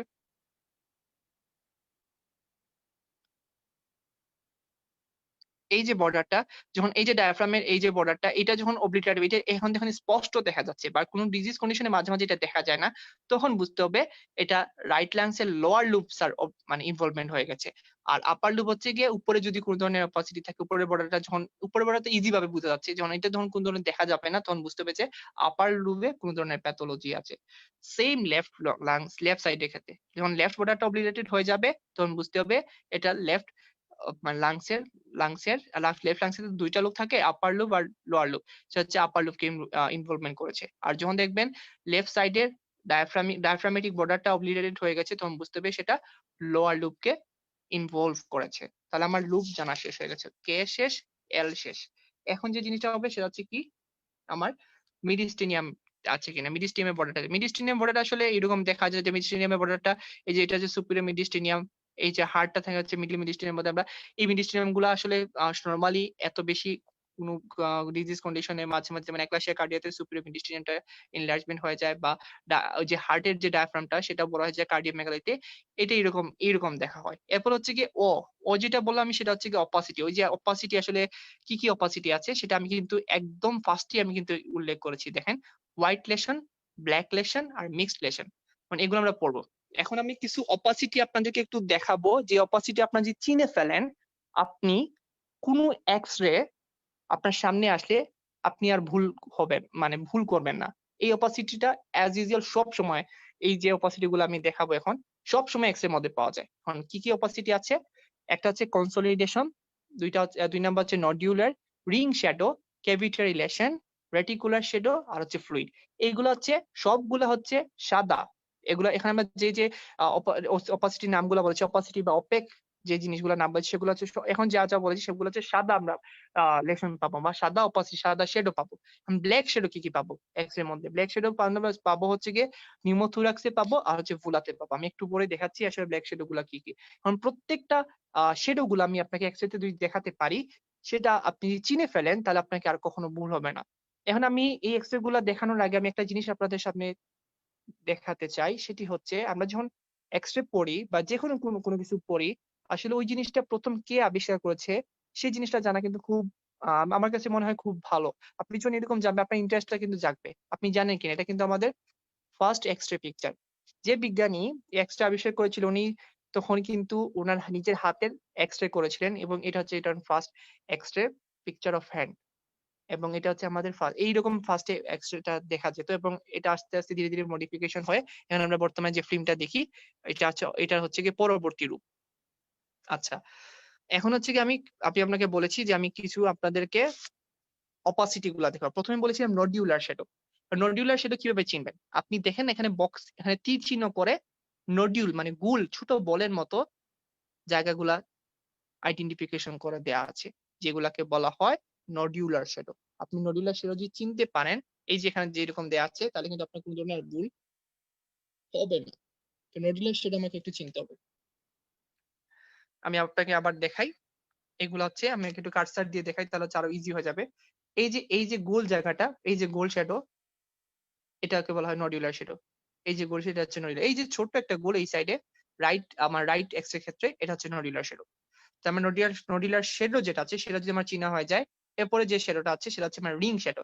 এখন প্রশ্ন আসে যে ভাইয়া রিং শ্যাডো মাঝে মাঝে আমার অনেক জায়গায় আমাদের আসলে রিং শ্যাডো ভালোভাবে চেনা যায় না। আমি আপনাদের একটা কথা বলবো, আপনারা একটা কাজ করবেন যে এক্স রে সময় আমি সবসময় যে জিনিসটা ফলো করি সেটা হচ্ছে আমি যখন একটা এক্স রে ফিল্ম দেখি রিং শ্যাডো বলেন আর নডিউলার শ্যাডো মানে একসাথে অনেকগুলা নডিউলার শ্যাডো গুগলে সার্চ দিলেও কিন্তু পাওয়া যায়। তো আপনি যখন অনেকগুলা নডিউলার শ্যাডো দেখে ফেলবেন তখন কিন্তু আপনি যখন নরমালি যখন একটা এক্স রে ডায়াগনোসিস করতে যাবেন তখন কিন্তু আপনার ভুল হবে না। তো এই জিনিসটা আপনারা সবাই খেয়াল করবেন। যখন আপনারা কোনো কিছু পড়তে যাবেন একটা এক্স রে দেখে জাস্ট শেষ হয়ে যাবেন না। আপনি অনেকগুলো এক্স রে দেখবেন। আর এক্স রে জিনিসটা হচ্ছে আপনি যত বেশি প্র্যাকটিস করবেন তত বেশি আপনার চোখের মধ্যে সেটা ভাসতে থাকবে। এখন আপনাকে নডিউলার সেটা আমি একটু আগে চিনিয়ে নিয়ে গেলাম। কিন্তু আপনি আর দেখলেন না। ১০ দিন পরে কিন্তু আপনাকে যদি আবার দেখাই সেটা কিন্তু আপনি ভুলে যাবেন।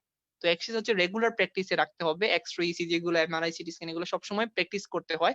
তাহলে হচ্ছে গিয়ে আসলে নিজেকে তখন একটু কনফিডেন্স ডেভেলপ করে এবং পারফেকশন চলে আসে যে না আমি পারবো ইনশাআল্লাহ। তো এইজন্য হচ্ছে আমি আপনাকে জিনিসটা বলব আপনি যখন নডুলার যেমন আগের এক্স-রেটা আমি একটু যাই। এই যে নডুলার শ্যাডো এই যে আমি একটু জুম করেছি। এই জিনিসটা আসলে আপনি আরো অনেকগুলা দেখবেন। তখন গিয়ে বুঝবেন যে এটা আসলে নডুলার। কারণ আপনি দেখবেন যে এটার মধ্যে কিছু ডিফারেন্সিয়েশন করা আপনি নেক্সট কয়েকটা এক্স-রে দেখবো যে নডুলার মধ্যে কিছু কোনটা নডুলার কোনটা মাস্টেশন আপনি বুঝবেন না। তো আপনি যে নডুলার চিনে ফেলেন একটু সাইজে ছোট থাকে সেটা আপনি তখন আর মাস্টেশনের সাথে আপনার কোন ধরনের কনফিউশন তৈরি হবে না। আচ্ছা, এখন হচ্ছে রিং শ্যাডো কিভাবে চিনবো? অনেক সময় ভাইয়ারা অনেকেই বলেন যে রিং শ্যাডো আসলে ওই রকমের এক্স-রে তে ভালোভাবে বোঝা যায় না। তারপরে যদি আপনি একটু খেয়াল করে আপনি দেখেন, আমি আপনাকে দেখাই আমি জাস্ট আ এখানে চলে যাচ্ছে বারবার। আচ্ছা দেখাচ্ছি। আমি একটু রিং শ্যাডো আপনাকে দেখাচ্ছি। এই যে দেখেন আমি যেখানে কার্সরটা আমি একটু রাউন্ড করছি, এই যে এখানে একটা রিং শ্যাডো, একটু রিং এর মতো গোল। এই যে একটা রিং শ্যাডো। এখানে কিন্তু ব্রঙ্কিওলসিস এ পাওয়া যায়। যে এই রিং শ্যাডো গুলা যখন আপনি দেখবেন এগুলা হচ্ছে কিন্তু আপনি যদি একটু ভালো করে তাকান আপনি দেখবেন গোল, গোল শ্যাডো ছোট শ্যাডো চাকার মতো সেগুলোকে আমরা রিং শ্যাডো বলি। এগুলো আসলে পাওয়া যায়। এগুলো পাওয়া যায় কোন ডিজিজ কন্ডিশন এ আমরা আসলে ডিজিজ কন্ডিশন এ না গেলাম। আমি জাস্ট এক্স-রে কিভাবে চিনতে হয় এক্স-রে গুলা আপনি সেই সম্পর্কে ধারণা দিচ্ছি। এগুলো হচ্ছে গিয়ে আসলে এগুলাকে বলা হয় ছোট যে গোল যে চিহ্নগুলা সেটা হচ্ছে রিং শ্যাডো।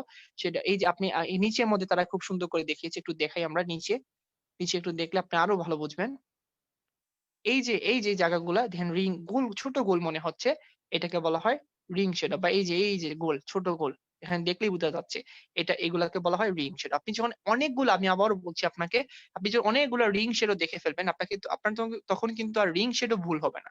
তো আপনাকে অনেকগুলো আসলে রিং শ্যাডো চিনতে হবে। অনেকগুলো রিং শ্যাডো দেখবেন এবং ইনশাআল্লাহ আমি আশা করব যে আপনি রিং শ্যাডো আসলে পরে আর ভুল হবে না। অনেকগুলো আসলে প্র্যাকটিস করলে তখন আপনার কিন্তু আর মনে চোখের মধ্যে ভাসতে থাকবে আসলে রিং শ্যাডো গুলা আসলে কাকে বুঝায়।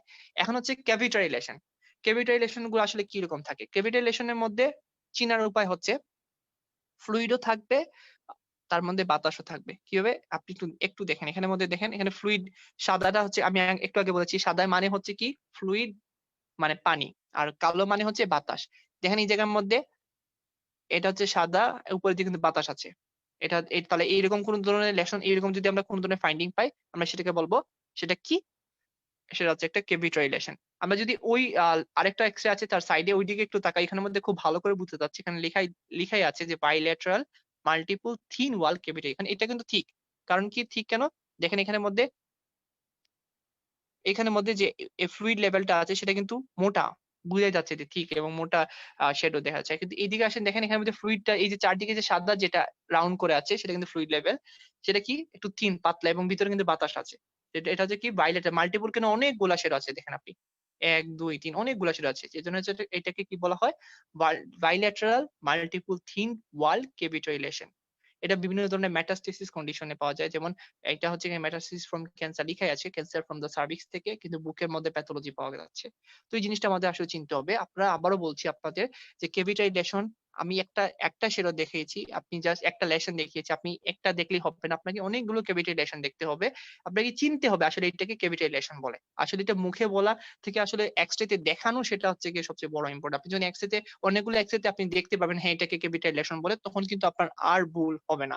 আপনি যখন লেশন গুলা চিনে ফেলবেন তখন কিন্তু আপনাকে ডিজিজ ডায়াগনোসিস করা অনেক ইজি। যেমন একটু আগে যেটা দেখালাম ওই যে ক্যাভিটারি লেশন কোন কন্ডিশনে থাকে? স্যার এটা ক্যান্সার মেটাস্টেসিস কন্ডিশনে থাকে। যেমন কার্সিনোম অফ দ্য সার্ভিক্স এর মেটাস্টেসিস হলে সেটা কিন্তু এক্স-রে মধ্যে বুকের মধ্যে কি হয়? লেটাল কন্ডিশনে গিয়ে এটা বাইলেটারাল মাল্টিপল থিন ওয়াল ক্যাভিটারি লেশন পাওয়া যায়।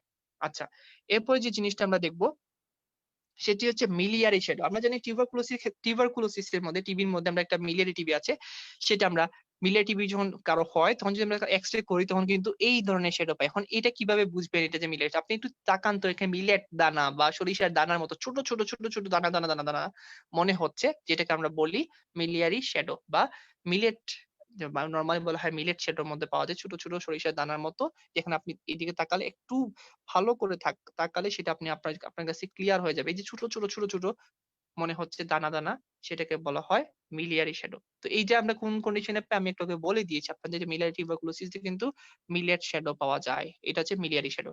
আপনারা আবারও বলছি যে মিলিয়ারি শ্যাডো আমি এখানে একটা এক্স-রে দেখিয়েছি। তার মানে কিন্তু এইটাই শেষ না। আপনাকে আরো অনেক এক্স-রে দেখতে হবে। আমি বারবার এই কথা বলছি এই কারণে, কারণ আমি একটা লেশন দেখানোর পর আপনার মনে করছেন হয়তোবা এইরকমই পাবেন। অনেক সময় দেখবেন একটু কম, একটু ছোট, একটু বড় এরকম পেতে পারেন।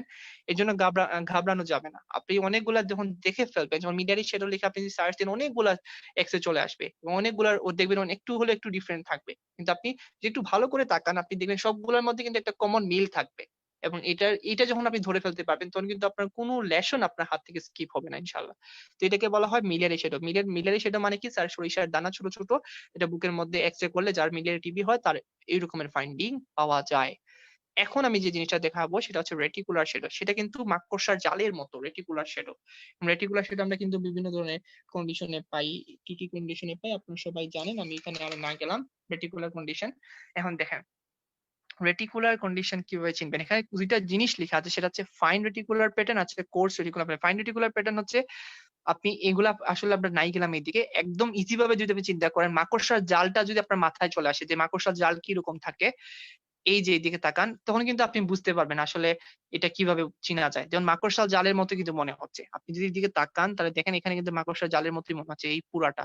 রাইট এবং লেফট। যে both lung field এ কভার করেছে যেটাকে বলা হয় রেটিকুলার শ্যাডো। আপনি কিন্তু বিভিন্ন কন্ডিশন আপনাকে ১ম এই বলেছি আপনাদের যে বিভিন্ন কন্ডিশনে আমরা রেটিকুলার শ্যাডো পাই। আমাদের চেস্টের মধ্যে মেটাস্টেসিস কন্ডিশনও কিন্তু পাওয়া যায়। তো এই জিনিসগুলো আপনাদের মাথায় রাখবেন। আপনি যদি রেটিকুলার শ্যাডোই না চিনেন আপনি ডিজিজটা ডায়াগনোসিস করতে পারবেন না। তাই আপনাকে অবশ্যই আগে শ্যাডোটা চিনতে হবে। তাহলে আবার বলছি রেটিকুলার শ্যাডো মানে হচ্ছে মাকড়সার জালের মতো যে শ্যাডো গুলো আমরা এক্স-রে মধ্যে যদি পাই সেটাকে আমরা বলবো রেটিকুলার শ্যাডো। এটা আমরা বিভিন্ন কন্ডিশনে পেতে পারি। আমি এই কন্ডিশনে না গেলাম। এখন যে জিনিসটা দেখবো আমরা একটু দেখি এটা আসলে আ দেখার কারণ হচ্ছে আপনাদের একটু আপনাদের একটু ইয়ে করার জন্য, যে আপনাদের কনফিউশনটা দূর করার জন্য। নরমালি কনসোলিডেশন কিরকম থাকে, আমি কনসোলিডেশন সম্পর্কে এখনো কিছু বলিনি, আমি একটু পরে বলবো। নডিউলটা দেখেন, নডিউল বলেছি, নডিউল একটু সাইজে ছোট থাকে, আমি আপনার প্রথমে বলেছি। একটু এদিকে আবার যাচ্ছি। হ্যাঁ, এই যে নডিউল, এটা হচ্ছে নডিউল, এটা হচ্ছে মাস একটু বড় থাকে। তারপরে দেখেন কনসোলিডেশন এইরকম থাকে। আমি এটা আপনাকে আবার এক্স এর মধ্যে দেখাবো। তো আপনি জাস্ট একটু দেখার জন্য যে নডিউল আর মাসের মধ্যে একটু ডিফারেন্টটা এরকম বুঝতে হবে আসলে। তখন আপনি একসাথে অনেক কিছু শিখে অনেক কিছু দেখবেন, অনেকগুলা লেসন দেখবেন, তখন আসলে মাথার উপর দিয়ে যায়। আমি চেষ্টা করেছি আপনাকে প্রত্যেকটা লেসন স্পেসিফিক ভাবে আপনাকে একটু ধারণা দিতে, যে আপনি ধরবেন কিভাবে। যেমন রেটিকুলার শ্যাডো একটু আগে বলেছি, রেটিকুলার শ্যাডো বলতে মাকড়সার জালের মতো শ্যাডো যেগুলো থাকবে সেটাকে বলবো রেটিকুলার শ্যাডো। মিলিয়ারি শ্যাডো হচ্ছে স্যার কি, মিলেট দানা বা সরিষার দানার মতো যে ছোট ছোট ছোট ছোট যে বিন্দু বিন্দু থাকবে সেটাকে হয় মিলিয়ারি শ্যাডো। তারপর হচ্ছে ক্যাভিটাইলেশন কি থাকবে, এয়ার ফ্লুইডও থাকবে, এয়ারও থাকবে, যেটা থাকবে সেটাকে বলা হয় ক্যাভিটাইলেশন। তারপরে বলেছি আর কি কি বলেছিলাম, তারপরে বলেছি আমি আহ নডিউলার শ্যাডো, যে ছোট বল আকার থাকে সেটাকে বলে নডিউলার, নডিউলার শ্যাডো। তারপরে হচ্ছে রিং শ্যাডো, রিং শ্যাডো বলেছিলাম যে ছোট্ট রিং পাওয়া যাবে, এটা হচ্ছে ব্রঙ্কিওক্লিসিসে পাওয়া যায়, সেটা আমরা দেখিয়েছি। আচ্ছা, এখন হচ্ছে কি আমরা যে জিনিসটা করব, হানিকম্ব অ্যাপেন্স। হানিকম্ব অ্যাপেন্স মানে কি, আমরা সবাই জানি মৌমাছির যে বাসা যেটা থাকে যেটার মধ্যে আমরা দেখেন, আমরা সবাই জানি একটা হানিকম্ব অ্যাপেন্স, একটা মানে আমরা সবাই জানি মৌচাকটা কি রকম থাকে, ছোট গোল আকৃতি, অনেকগুলা গোল গোল একটা জায়গায় একটার সাথে একটা লাগানো থাকে, মানে বিন্যস্ত থাকে। আপনি যে একটু এদিকে তাকান রাইট সাইডে, আপনি কিন্তু সাইড ডিটারমিনেশন ভালো করে দেখতে হবে। এটা কিন্তু আমার রাইট, সবসময় মাথা রাখবেন, এটা হচ্ছে আমার রাইট সাইড, এটা হচ্ছে আমার লেফট সাইড। সাইড ডিটারমিনেশন চিনতেও কিভাবে হয় আমি একটু আগে বলেছি, যে এই যে লেফট ভেন্ট্রিকল যেটা সেটা লেফট সাইডে আছে, ফান্ডিক গেস্টটাও লেফট সাইডে আছে, তাহলে বুঝে যাচ্ছে এটা আমার এক্সট্রা নরমাল, এটা লেফট সাইড, আর এটা হচ্ছে রাইট সাইড। দেখেন রাইট সাইডের মধ্যে কিন্তু ওরা আইডেন্টিফিকেশন করে দিয়েছে, আপনি একটু তাকালেই বুঝবেন। দেখেন আপনি একটার সাথে ছোট ছোট গর্ত, একটা আরেকটার সাথে লাগানো, হানিকম্ব অ্যাপেন্স, যেটা মৌচাকের মতো মনে হচ্ছে, সেটাকে বলা হয় হানিকম্ব অ্যাপেন্স। এটা কিন্তু একটা ডিজিজ কন্ডিশনে ডেভেলপ করে। আপনারা কি কেউ কি জানেন, লিখতে পারবেন এটা কোন কন্ডিশনে পাওয়া যায়? এটা আসলে কোন কন্ডিশনে পাওয়া যায়, আপনারা যদি কেউ জানেন আমাকে একটু জানান তো দেখি, কে কে ক্লাসে আছেন। আর এতক্ষণ আমি অনেক কিছু বলেছি, আপনাদের কোনো প্রশ্ন আছে কিনা? আপনাদের কোনো ধরনের প্রশ্ন আছে কিনা? আপনার প্রশ্ন থাকলে আমাকে করতে পারেন। আমি আপনাকে কিন্তু অনেকগুলো লেসন দেখিয়েছি, আমি কিন্তু এখন ডিজিজ কন্ডিশনে চলে যাবো। মোটামুটি আমাদের সবগুলা শেষ হয়ে গেছে একদম বেসিক থেকে। আমি একটু আপনাদের আবার রিক্যাপিচুলেশনের জন্য একটু প্রথম থেকে 1 মিনিটের জন্য একটু আপনাকে রিক্যাপিচুলেশন করে দিচ্ছি প্রথম থেকে আমি কি কি পড়িয়েছি। সেটা হচ্ছে, প্রথমে বলেছি আপনি যখন এক্সরে নিয়ে আসবেন, এক্সরে নিয়ে আসার পর হচ্ছে কি আপনার কি কি করতে হবে, কি কি দেখতে হবে। প্রথমে হচ্ছে কি পেশেন্টের সাথে এক্সরে ফিল্ম মিল আসছে কিনা, সেজন্য পেশেন্টের নাম জিজ্ঞেস করবেন, সেটা এক্সরে এর মধ্যে দেখবেন নিচে নাম লেখা থাকে। এক, দ্বিতীয়ত হচ্ছে আপনি রোটেশন দেখতে হবে। রোটেশন কিভাবে দেখতে হয়, মিড লাইন হচ্ছে ট্রাকিয়া, মানে মিড লাইন থেকে যে ক্ল্যাভিকুলের দুইটা হেড আছে সেটা সমান দূরত্বে আছে কিনা, যদি থাকে সেটা রোটেশন নেই। অনেক কন্ডিশনে পেশেন্ট কি করে বাঁকা হয়ে দাঁড়ায়, তখন কিন্তু আমরা কি করি, কি পাই, সেটা পেশেন্ট হচ্ছে রোটেটেড পাই, মানে এক্সরে ফিল্মটা রোটেট, মানে একটা ক্ল্যাভিকুল দেখবে মিড লাইন থেকে একটু সরে গেছে, আর একটা হচ্ছে গিয়ে একদম কাছে চলে আসে, শেষ। এরপর যে জিনিসটা বলেছিলাম সেটা হচ্ছে সাইড ডিটারমিনেশন। সাইড ডিটারমিনেশন খুব বেশি ইম্পর্টেন্ট, কারণ কি, আমরা ডেক্সট্রোকার্ডিয়া আইডেন্টিফিকেশন করতে পারবো, সাইটাস ইনভার্সাস দেখতে পারবো। এখন সাইড ডিটারমিনেশন কিভাবে করতে হয় বলেছিলাম, যে হার্টের উপরে প্রথমে মার্কিং থাকবে, হার্টের লেফট বর্ডারটা হচ্ছে আমরা সবাই জানি অ্যাপেক্স যেটা হার্টে সেটা লেফট সাইডে থাকে, পান্ডিক গেস্টটাও লেফট সাইডে থাকে, right border of the heart যেটা আছে সেটা রাইট সাইডে থাকে, এবং ডুম অফ দ্য ডায়াফ্রাম, রাইট ডুমটা কিন্তু একটু উপরে থাকে। কেন, লিভারে যে ডুম থাকে সেটা কিন্তু রাইট ডুম অফ দ্য ডায়াফ্রামকে উপরে তুলে রাখে, সেজন্য right dome of the diaphragm একটু উপরে থাকে, শেষ। এরপরে যে জিনিসটা বলেছিলাম আমি আপনাদের সবাইকে, সেটা হচ্ছে আমরা কিছু সিকুয়েন্সিয়ালি আগাবো, এ বি সি ডি এরকম। এ দিয়ে হচ্ছে আমরা এয়ার কলাম দেখেছি, আমরা জানি এয়ার কলামে কি কি দেখতে হবে। পুলিং ফ্যাক্টর বলেছিলাম, কিছু পুশিং ফ্যাক্টর বলেছিলাম। পুলিং বলতে টানা, পুশিং হচ্ছে ধাক্কা দেওয়া। আমরা জানি পুশিং ফ্যাক্টর গুলো কি, মানে কি কি কন্ডিশন পুশ করে, সেটা আমরা বলেছি ফ্লুইড, পানি থাকতে পারে, পানি থাকলে কিন্তু মানুষকে ধাক্কা দিতে পারে, আমরা সবাই জানি যে কোনো স্ট্রাকচারকে সাথে ধাক্কা দেয়। বাতাস, সেটাও কিন্তু ধাক্কা দেয়। কোন ধরনের মাস লেশন, সেটাও কিন্তু ধাক্কা দেয়। সেটা সেই সেগুলোকে বলা হয় পুশিং ফ্যাক্টর। আর পুলিং ফ্যাক্টর কি কি আমরা জানি, কলাপস আর ফাইব্রোসিস, এইসব কন্ডিশনে কি হয়, ট্রাকিয়াটা সেম সাইডে, অর্থাৎ ট্রাকিয়াকে সে টান দিয়ে সেম সাইডে নিয়ে আসে, যে লাংসের প্যাথোলজি হয় ওই লাংসের দিকে নিচে নিয়ে আসে, শেষ। আমরা শেষ করলাম। বোনস, আমরা বোনস এর মধ্যে বলেছিলাম অ্যান্টিরিয়র সাইডে আমরা 6টা বোনস দেখি নরমালি। 6 নম্বর বোনস যেটা আছে সেটা ডায়াফ্রামের মিড লাইন বরাবর ক্রস করে। আমরা বিভিন্ন, আর পিছনে হচ্ছে 10টা বোনস, বোনস বলতে রিবস আর কি, রিবস গোনা যায়। আচ্ছা, ব্রোঞ্জের মধ্যে আমরা আর কি দেখি? স্যার ব্রোঞ্জের মধ্যে আমরা ফ্র্যাকচার আছে কিনা দেখি, ব্রোঞ্জের ধরনের কোন ধরনের ইরোশন আছে কিনা, নচিং আছে কিনা সেগুলো দেখি। নচিং কই পাওয়া যায়? আমি বলেছিলাম কর্কশ অফ দ্য এওর্টাতে পাওয়া যায় এবং বিভিন্ন ধরনের মেটাস্ট্যাটিক কন্ডিশনে কিন্তু বোন ফ্র্যাকচার, রিবস গুলার ফ্র্যাকচার হয়ে যায়। তো ব্রঙ্কোজেনিক কার্সিনোমাতে দেখা যায় রিবস এর মধ্যে ফ্র্যাকচার পাওয়া যায়। তো আমরা যদি রিবস যদি দেখি তখন কিন্তু আমরা পেয়ে যাবো, ফ্র্যাকচার পেয়ে গেছি। তখন কিন্তু বুঝতে পারবো যে এখানের মধ্যে রিবস এর মধ্যে প্যাথোলজি চলে এসেছে বা ডিজিজটা আসলে কি আমরা একটু হলেও ধারণা পেতে পারি। এজন্য বোনসটা বি দিয়ে বোনস দেখা সেটা খুব বেশি ইম্পোর্টেন্ট। আরেকটা জিনিস আমি বাদ দিয়ে দিয়েছি, সেটা হচ্ছে বি দিয়ে যে জিনিসটা দেখতে হয় সেটা হচ্ছে ব্রেস্ট শ্যাডো। আমরা আসলে অনেক সময় এক্স-রে করার সময় আসলে ফিমেল এটা ফিমেল কিনা বা মেল কিনা একটু দেখতে হয়। যেমন ফিমেলের মধ্যে আমরা ব্রেস্ট শ্যাডোটা পাই। এটা আমি দেখাবো একটু পরে ব্রেস্ট শ্যাডো আসলে কিভাবে থাকে। মেইলে কিন্তু আমরা সেটা পাবো না। আবার কোন সময় আমরা কিন্তু ফিমেলে এক্স-রে দেখে আমরা আরেকটা ডিজিজ ডায়াগনোসিস করতে পারি, সেটা হচ্ছে কোন ফিমেলের যদি মাস্টেক্টমি হয় পেশেন্টের, যেমন হতে পারে একটা ব্রেস্ট কাটা হয়ে গেছে কার্সিনো অফ দ্য ব্রেস্ট এর জন্য, তখন কিন্তু একটা ব্রেস্ট আমরা শ্যাডো পাবো না। যেটা কিন্তু এক্স-রে দিয়ে বোঝা যায়। তখন কিন্তু দেখেন আপনি আরেকটা ডিজিজ কন্ডিশনও ডায়াগনোসিস করে ফেলতে পেরেছেন। তো এই জিনিসগুলো আসলে বি দিয়ে বুঝতে হবে। সি দিয়ে আরেকটা জিনিস এখন বলেছি আমরা। সি দিয়ে আচ্ছা আমরা কি বলেছিলাম? কার্ডিয়াক শ্যাডো গুলা দেখতে হয়। কার্ডিয়াক শ্যাডো কি বলছে? যে থোরাক্সের মূল ডায়ামিটার থেকে যদি কার্ডিয়াক ডায়ামিটারটা অর্ধেকের চেয়ে কম হয় সেটা হচ্ছে নরমাল। যখন অর্ধেকের চেয়ে বেশি হয়ে যাবে সেটাকে বলা হয় কার্ডিওমেগালি। আচ্ছা, সি শেষ। ডি হচ্ছে গিয়ে dome of the diaphragm. Dome of the diaphragm হচ্ছে নরমালি ডায়াফ্রামটা কি বলেছিলাম যে রাইট ডুমটা স্লাইটলি এলিভেটেড থাকে দেন দ্য লেফট ডুম। এটা হচ্ছে নরমাল কন্ডিশন। আমরা বলেছিলাম বিভিন্ন কন্ডিশনে ডায়াফ্রাম উপরে ওঠে, আবার বিভিন্ন কন্ডিশনে ডায়াফ্রামটা নিচে নামে। নিচে নামলে আমরা কি বলেছিলাম কিভাবে চিনবো? স্যার নিচে নামলে তখন চিনবো আমরা যে ৭ নাম্বার রিপসও দেখা যাবে সামনে দিয়ে, ৮ নাম্বার রিপসও গোনা যাবে। যখন এগুলো গোনা যাবে তখন বুঝবো যে ডায়াফ্রামটা নিচে নেমে গেছে।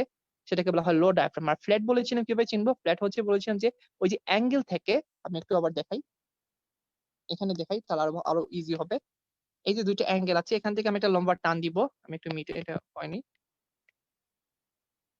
এই যে অ্যাঙ্গেল আছে ২ টা টান দিলাম। এই যে দূরত্বটা সেটা নরমালি 2.5 সেন্টিমিটার হয়। নরমালি যদি এটা 2.5 সেন্টিমিটার থেকে কম হয় সেটাকে আমরা বলি ফ্ল্যাট ডায়াফ্রাম। তাহলে আমরা লো ফ্ল্যাট ডায়াফ্রাম একটা ডিজিজ কন্ডিশন এ পাই এবং সেটা কি? সেটা হচ্ছে সিওপিডি।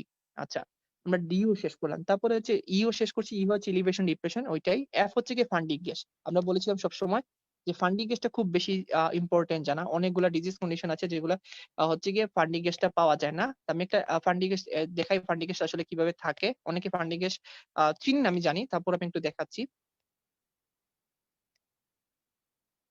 এই যে নিচে যে শ্যাডোটা দেখতেছেন, এই যে এই জায়গাটা, এটা হচ্ছে গিয়ে ফান্ডিক গ্যাসের শ্যাডো। এইটা আসলে জানা খুব বেশি। এটা কিন্তু নরমালি লেফট সাইডে থাকে। এটা জানা খুব বেশি জরুরি। অনেক কন্ডিশন বলেছিলাম যে সাইটাস ইনভার্সাস থাকলে লেফট সাইডে ফান্ডিক গ্যাস না থাকে সেটা রাইট সাইডে থাকে। তারপরে হচ্ছে গিয়ে মাঝে কোন কন্ডিশনে ফান্ডিক গ্যাস থাকেও না। যেমন একলাশিয়া কার্ডিয়া, এগুলাতে কিন্তু ফান্ডিক গ্যাস খুঁজতে হবে। আবার কিছু মানুষ আছে যেমন শরীর একদম বাঁকা। আমি এই জিনিসটা এক্স-রে টা দেখাইনি। সেটা আপনি চিনবেন কিভাবে? যেমন এক্স-রে এর মধ্যে দেখবেন যে ভার্টেব্রা কলাম যেটা আছে বা ট্রাকিয়াটা যেটা আছে দেখবেন একটু নরমালি মিড লাইনে না থেকে আপনি এটা দেখেই বুঝতে পারবেন যে হাইপোস্কলিওসিস এর একটা পেশেন্ট। দেখেন তার কিন্তু পুরো মানে বডি থোরাক্স এর স্ট্রাকচারটা কিন্তু চেঞ্জ হয়ে গেছে। রিবসটা একদম একটা আরেকটার সাথে লেগে গেছে। বুঝতে হবে এটা একটা হাইপোস্কলিওসিস। তখন কিন্তু এই পেশেন্ট গুলা কিন্তু ডিজিজ ডায়াগনোসিস করা কিন্তু একটু টাফ হয়ে যায়। তারপর আপনি যখন এই ডিজিজ গুলার শ্যাডো গুলা চিনে ফেলবেন তখন কিন্তু আপনার জন্য এত বেশি কঠিন হবে না। কিন্তু আপনি আগে ডায়াগনোসিস করতে হবে এটা যে একটা হাইপোস্কলিওসিস। কারণ কি তার নরমাল ভার্টেব্রা কলাম মিড লাইনে থাকার কথা, ট্রাকিয়াটা মিড লাইনে থাকার কথা, রিব গুলা হচ্ছে নরমালি প্লেস থাকার কথা, সেগুলা নাই। তো দেখেই বোঝা যাচ্ছে। আচ্ছা, আমি বলেছিলাম ই শেষ করেছিলাম, এফ শেষ করেছিলাম, জি ছেড়েছিলাম সেটা হচ্ছে আদার গ্যাস শ্যাডো। আদার গ্যাস শ্যাডো ওই যে যেগুলা বলেছি যে লোভার নোডিউলার, রিং শ্যাডো, তারপর হচ্ছে ক্যাভিটরি লেশন, রেটিকুলার লেশন, ফ্লুইড, এগুলা বলেছিলাম আদার গ্যাস শ্যাডো গুলা, আদার শ্যাডো গুলা। আচ্ছা, এরপর হচ্ছে কি জি শেষ করেছি। এইচ হয়ে বলেছিলাম আমরা hilum of the lungs. Hilum of the lungs একটু আগে দেখিয়েছি আমি কিভাবে। রাইট হাইলামটা কিন্তু নরমালি হচ্ছে কি একটু নিচে থাকে লেফট হাইলিয়াম থেকে। এটা চিনতে হবে। বলেছিলাম আমরা কেন? আচ্ছা, হাইলামের মধ্যে কিন্তু অনেক ধরনের প্যাথোলজি হয়, যেমন পালমোনারি এডিমা হতে পারে, পালমোনারি হাইপারটেনশন বা লিম্ফোডেনোপ্যাথি হতে পারে। তখন কি হয় জানেন? তখন হচ্ছে গিয়ে যে হাইলাম অফ দ্য লাংস যেটা আছে ২ সাইডে, এটা কিন্তু তখন প্রমিনেন্ট হয়ে যায়। তখন কিন্তু আরো ইজি, আরো মানে খুব ভালোভাবে ভিজুয়ালাইজ হয় এবং তখন কিন্তু আরো বড় হয়ে যায় এবং খুব বেশি প্রমিনেন্ট মনে হয়। তখন বুঝবেন যে এখানে কোন ধরনের প্যাথোলজি আছে। আমি দেখাচ্ছি প্যাথোলজি কি থাকতে পারে। তো এই জিনিসগুলো আসলে আমাদের খুব বেশি জানা জরুরি। সবার এই বেসিক গুলো থাকা। এফ শেষ করছি, জি শেষ করেছি, এইচ শেষ করেছি। কে হচ্ছে কার্লিস লাইন। কার্লিস লাইন বলেছিলাম আমি দেখাবো। B line, Kerley's B line আছে। কার্লিস বি লাইন আমরা এ আর সি লাইন নরমালি একসাথে ততটা বেশি বোঝা যায় না। বি লাইনটা একটু ভালো বোঝা যায়। কে পরে শেষ, কে পরে হচ্ছে, কে পরে আমরা যে জিনিসটা দেখবো সেটা হচ্ছে কার্লিস লাইন দেখার পর আমরা এল, এল দিয়ে হচ্ছে আপনার লুপ অফ দ্য লাংস বলেছিলাম। লুপ অফ দ্য লাংস কিভাবে চিনবো? লুপ অফ দ্য লাংস চিনবো হচ্ছে গিয়ে কোন লুপ, এটা হচ্ছে আমরা বলেছিলাম একটা সাইন দিয়ে চিনা যায়, সেটা সিলহটি সাইন। আমরা বলেছিলাম যখন রাইট সাইডে কিভাবে চিনবো, রাইট সাইডে চিনবো হচ্ছে যখন রাইট বর্ডার অফ দ্য হার্টে যখন পুরাপুরি অবলিটারেটেড হয়ে যায় বা দেখা যায় না, মানে রাইট বর্ডারটা একদম এই এক্স এর মধ্যে কিন্তু দেখা যাচ্ছে। যখন কোন একটা কন্ডিশনে ডিসকন্ডিশনে রাইট বর্ডারটা দেখা যাবে না, তখন বুঝতে হবে রাইট লাংসের মিডিল লুপ যেটা আছে সেটা হচ্ছে স্যার কি হয়েছে, ইনভলভমেন্ট হয়েছে। যখন রাইট ডায়াফ্রাম যেটা আছে, রাইট ডায়াফ্রাম নিচে, যে রাইট লাংসের নিচে, এই ডায়াফ্রামের বলটা যখন এখানে যখন ক্লিয়ার, এখন যখন ক্লিয়ার হবে না বা অবলিটারেশন হয়ে যাবে বা বোঝা যাবে না, একটা অপসিটি এখানে থাকবে, তখন বুঝতে হবে সেটা রাইট লাংসের লোয়ার লুপকে ইনভলভমেন্ট করেছে। সেম এরকম আমরা জানি লেফট লাংসে দুইটা লুপ থাকে, তাই এখানের মধ্যে আরো ইজি সুপিরিয়র লুপ আর ইনফিরিয়র লুপ। এখানে হচ্ছে যদি এখন লেফট বর্ডারটা ইনভলভমেন্ট হয়ে যাবে তখন বুঝতে হবে সুপিরিয়র এবং সুপিরিয়র লুপটা ইনভলভমেন্ট হয়েছে। যখন এই বর্ডারটা মানে হচ্ছে ডায়াফ্রামেটিক বর্ডারটা ইনভলভমেন্ট হবে, দেখা যাবে না, তখন বুঝতে হবে যে ইনফিরিয়র লুপটা ইনভলভমেন্ট হয়েছে। একটা জিনিস আমরা যে শিখতে হবে, আমরা একদম লাস্টে যেটা শিখবো সেটা হচ্ছে জেড। জেড দিয়ে হচ্ছে জোন অফ দ্য লাংস, এটা ভাগ করতে হবে। অনেক সময় আমাদের স্যাররা জিজ্ঞেস করে যে তুমি একটা প্যাথোলজি পেয়েছো, অপাসিটি পেয়েছো, তখন জিজ্ঞেস করে কোন জোনের মধ্যে পেয়েছো। তো এই জোনটা যখন আপনি জেনে যাবেন তখন কিন্তু আপনার স্পেসিফিক জোন গুলা, স্পেসিফিক লাংসের সাইটটাও কিন্তু আপনি জেনে যাবেন। তাই এই জোনটা জানা খুব বেশি জরুরি। এখন জোনটা কিভাবে চিনবেন? জোনটা চিনা খুব ইজি, সেটা হচ্ছে লাংসের ফার্স্ট রিব এবং second rib, lower border of the second rib, এই জায়গাটা হচ্ছে গিয়ে উপরের জায়গাটা হচ্ছে গিয়ে ফার্স্ট জোন। আর lower border of the second rib থেকে হচ্ছে গিয়ে ফোর্থ রিব পর্যন্ত সেটা হচ্ছে গিয়ে সেকেন্ড জোন। আবার ফোর্থ রিবের নিচ থেকে লোয়ার বর্ডার থেকে একদম লাস্ট পর্যন্ত সেটা হচ্ছে গিয়ে লোয়ার জোন, থার্ড জোন। আবার বলি, আমি রাইট সাইডে দেখাচ্ছি। ফার্স্ট জোন হচ্ছে গিয়ে ফার্স্ট রিব এবং ফার্স্ট দুইটা রিব, মানে সেকেন্ড রিবের লোয়ার বর্ডার পর্যন্ত হচ্ছে গিয়ে ফার্স্ট জোন। আর সেকেন্ড জোন হচ্ছে সেকেন্ড রিব থেকে 4 নাম্বার পর্যন্ত হচ্ছে গিয়ে সেকেন্ড জোন। আর 4 নাম্বার রিবের নিচ থেকে লাস্ট পর্যন্ত হচ্ছে গিয়ে থার্ড জোন। তাহলে আমার জোন গুলো জানা খুব বেশি ইম্পর্টেন্ট। আপনি যখন জোন জেনে যাবেন তখন কিন্তু স্পেসিফিক সাইট কোন জায়গায় লেশন হয়েছে তখন কিন্তু ইজি ভাবে যে জানতে পারবেন এবং বলতেও পারবেন। ঠিক আছে, তাহলে আমার এই ছিল আমার হচ্ছে বেসিক এক্সরে। এখন আমি কিছু প্যাথোলজিক্যাল এক্সরে আপনাদের দেখাবো। আমি জানি আপনাদের কিছু আমি শ্যাডো দেখিয়েছিলাম, আরেকবার একটু রিক্যাপিচুলেশন করি। নডিউলার শ্যাডো দেখিয়েছি, এই যে ছোট ছোট গোল। তারপর বলেছি রিং শ্যাডো, এই যে ছোট্ট রিং শ্যাডো, রিং এর মতো দেখা যায়, এটা একটু ভালো করে দেখতে হবে, কয়েকটা দেখলে আপনি আরো ইজি হয়ে যাবে আপনার জন্য। কেভিটাইলেশন দেখিয়েছি, যে পানিও থাকবে বাতাসও থাকবে। এই সাইডটার মধ্যে দেখা যাচ্ছে বায়োলেটারাল মাল্টিপল অনেকগুলা কেভিটাইলেশন। মিলিয়ারে সেটা দেখিয়েছি, মিলিয়াটের মতো ছোট সরিষার দানার মতো সেটাও থাকে, এটা মিলেটিভ এগুলোতে পাওয়া যায়। তারপর দেখেছি রেটিকুলার শ্যাডো, মাকড়সার জাল যেটাতে পাওয়া যায় সেটা হচ্ছে রেটিকুলার শ্যাডো। এইগুলো যখন আপনারা জেনে যাবেন তখন হচ্ছে কিন্তু আপনার জন্য ইজি হয়ে যাবে। তারপরে হানিকম অ্যাপিয়ারেন্স দেখিয়েছিলাম। হানিকম অ্যাপিয়ারেন্স আপনার যদি মৌচাকের কথা মাথায় থাকে তাহলে কিন্তু আপনি এটাকে ইজিলি কোরিলেট করতে পারবেন। এটা হচ্ছে হানিকম অ্যাপিয়ারেন্স। আচ্ছা, এখন আমরা একদম শেষ পর্যায়ে চলে এসেছি আলহামদুলিল্লাহ। আপনারা আমাদেরকে, আমি যে এতক্ষণ যা যা ডিসকাশন করেছি এর মধ্যে কোনো প্রশ্ন আছে কিনা আপনি আমাকে বলতে পারেন। এর মধ্যে কোনো প্রশ্ন আছে কিনা আপনারা আমাকে বলতে পারেন, এবং আপনারা বুঝেছেন কিনা, আমি যা বুঝাতে চেয়েছি আপনারা বুঝতে পেরেছেন কিনা। আমি আসলে অনেক ট্রাই করেছি আপনাদেরকে একদম বেসিক যে এক্সরেটা আসলে জানার দরকার, বেসিক যে স্ট্রাকচার গুলা, বেসিক লেসন গুলা ধরা, এগুলো যদি আপনি জেনে যান, আপনি যদি বারবার প্র্যাকটিসে থাকেন, ইনশাল্লাহ আপনার ইনিশিয়াল যে ডিজিজ গুলো আছে যেগুলো হচ্ছে মেডিকেল ইমার্জেন্সি প্লাস এগুলো ডায়াগনোসিস যদি করে ফেলেন তাহলে রুগীর প্রাণ বেঁচে যায়, বা রুগীর আরো হচ্ছে গিয়ে যে বড় ডিজিজ হওয়ার সম্ভাবনা থাকে সেটা বেঁচে যায়। সেটা কিন্তু যদি আপনি ডায়াগনোসিস করতে পারেন সেটা কিন্তু অনেক বড় কিছু। আমরা আসলে কেউ এখানে রেডিওলজিস্ট না যে আমি রেডিওলজিস্ট, আমি ভালো। অনেকে হচ্ছে আমরা অনেকে দেখি যে আমাদের মধ্যে সবসময় জিনিসটা পাওয়া যায় যে আমরা নর্মাল এক্সরে গুলো আসলে যেটা নর্মাল সেটাও বুঝি না। তো এই জিনিসটা আজকে আমি চেষ্টা করেছি আপনাদের যাতে একটু হলেও বেসিক থাকে, আপনি একটা এক্সরে দেখে আসলে যাতে বুঝতে পারেন সেটা হচ্ছে কি এটা আসলে নর্মাল না এটা অ্যাবনর্মাল। আমি অ্যাবনর্মাল অনেকগুলো লেশন দেখেছি, আর এখন কয়েকটা ডিজিজ দেখাবো সেটা অ্যাবনর্মাল, সেটা আপনি বুঝবেন কিভাবে। আচ্ছা, আমি এখন একটা জিনিস আপনাদের ভুলে গেছি যেটা আপনাকে বলতেই হবে, সেটা কিন্তু আপনাদের স্যার সবসময় স্যাররা জিজ্ঞেস করে একটা নর্মাল এক্সরে কিভাবে প্রেজেন্ট করা হয়, সেটা কিন্তু আপনাদের জানতেই হবে। একটা নর্মাল এক্সরে যদি আপনি প্রেজেন্ট করা হয় কিভাবে জানেন, সেটা কিন্তু আপনার জন্য অনেক বেশি ফ্রুটফুল হবে, এবং আপনি কিন্তু তখন ইজি ভাবে মানে অ্যাবনর্মাল এক্সরেটা প্রেজেন্ট করতে পারবেন। কারণ নর্মাল এক্সরে কিভাবে প্রেজেন্ট করতে হয় আমরা একটু দেখবো। সবাইকে আরেকবার বলছি যে আপনাদের,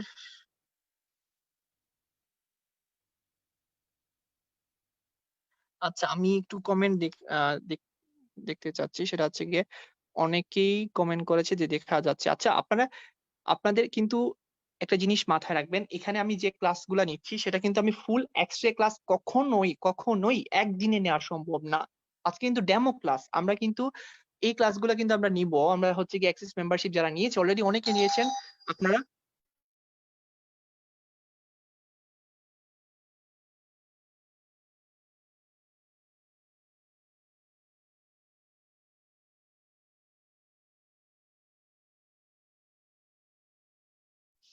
আচ্ছা সরি আমার একটু লাইনে নেটের সমস্যা করেছে আবারও বলি যে আমরা কিন্তু অনেকেই হচ্ছে মেম্বারশিপ নিয়ে নিয়েছি আবার অনেকে হচ্ছে মেম্বারশিপ নিব তাই আপনারা যারা নেননি এখনো আপনি আপনাদেরকে বলবো আপনারা নিয়ে নেন আমরা কিন্তু এখন অলরেডি ক্লাস শুরু করে দিয়েছি এবং এই ক্লাসগুলো কিন্তু প্রফের আগ পর্যন্ত ইনশাআল্লাহ আমরা যেরকম রুটিন তৈরি করেছি আমরা প্রফের আগে আমাদের রুটিন কভার আপ দিয়ে দিব এবং আমরা কিন্তু শুধু ক্লাসই নিচ্ছি না এখানে প্রত্যেক উইকে হচ্ছে গিয়ে এক্সাম থাকবে এতে করে আপনি যে পজিশনে আছেন আপনি আপনার নিজের লেভেলটা জানতে পারবেন এবং আপনার পরীক্ষার আগে যে একটা কনফিডেন্ট তৈরি হওয়া দরকার সেটাও কিন্তু তৈরি হয়ে যাবে তো আসলে এই ক্লাসগুলো নেওয়ার কারণ হচ্ছে আপনারা অনেকেই জিজ্ঞেস করেন যে আসলে ক্লাসগুলো কেমন হয় বা কিভাবে করা যায় কিভাবে করান আপনারা আমরা কিন্তু এরকমই ক্লাসগুলো করাই এবং এই ক্লাসগুলো আসলে আমি যতটুকু আমরা সর্বোচ্চ চেষ্টা করি যাতে আপনাদের বুঝানোর যায় কিনা আপনাদের কোয়েশ্চেন যেহেতু এটা হচ্ছে গিয়ে আপনাদের একটা অনলাইন আমরা সবাই অনলাইনে অফলাইনে ক্লাস করতে পারি না অনেকে মনে করেন যে অনলাইনে আসলে ভালোভাবে বোঝা যায় কিনা সেটা সবার জন্য একদম ক্লিয়ার ভাবে দেখানোর জন্য আসলে এই ডেমো ক্লাসগুলো করানো যে আপনারা আসলে দেখেন যে আমরা আসলে কিরকম ক্লাস করানো হয় এতে করে আপনাদের একটু যে কনফিউশন গুলো আছে যে ডেমো ক্লাস মানে অনলাইনে ক্লাসগুলো সম্পর্কে সেটা একটু ক্লিয়ার হবে তো আমরা এখন একদম আমি বলেছিলাম যে আমরা কিছু ডিজিজ কন্ডিশন আপনাদের দেখাবো যেগুলো আপনি যদি একটু জানেন যেগুলো যদি আপনি ধরতে পারেন সেটা হচ্ছে কি আপনার বেসিক আরো ক্লিয়ার হবে এবং আসলে আমি আবারও বলি যে কখনোই একদিনে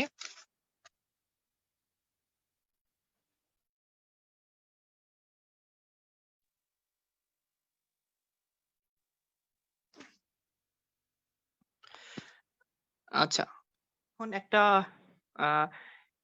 নরমাল এক্স-রে কিভাবে প্রেজেন্ট করতে হয় সেটা আগে বলে ফেলি তারপর ডিজিজে চলে যাচ্ছি যখন আপনি নরমাল এক্স-রে দেখবেন কিভাবে প্রেজেন্ট করতে হয় সেটা আপনি যদি জানেন সেটা আরো অনেক ভালো হয় সেটা হচ্ছে প্রথমে বলতে হবে lung fields this is a chest x-ray PA view তারপরে বলতে হবে lung fields are clear on both side trachea is centrally place আপনি জাস্ট আমার নরমাল এক্স-রে দিকে তাকান আমি যা যা বলি সেটার সাথে মিলান তাহলে আপনি কিন্তু অনেক বেশি আপনার যে কনফিউশনটা আছে সেটা নরমাল এক্স-রে তে কিভাবে ভাইয়া প্রেজেন্ট করতে হয় সেটা ক্লিয়ার হবে আপনি একটু মিলান আমার সাথে আমি যা যা বলি যেমন this is a chest x-ray PA view showing lungs fields are clear on both sides trachea is centrally placed both dome of the diaphragm normal in position claustrophrenic and cardiophonic angle are clear on both sides heart is normal in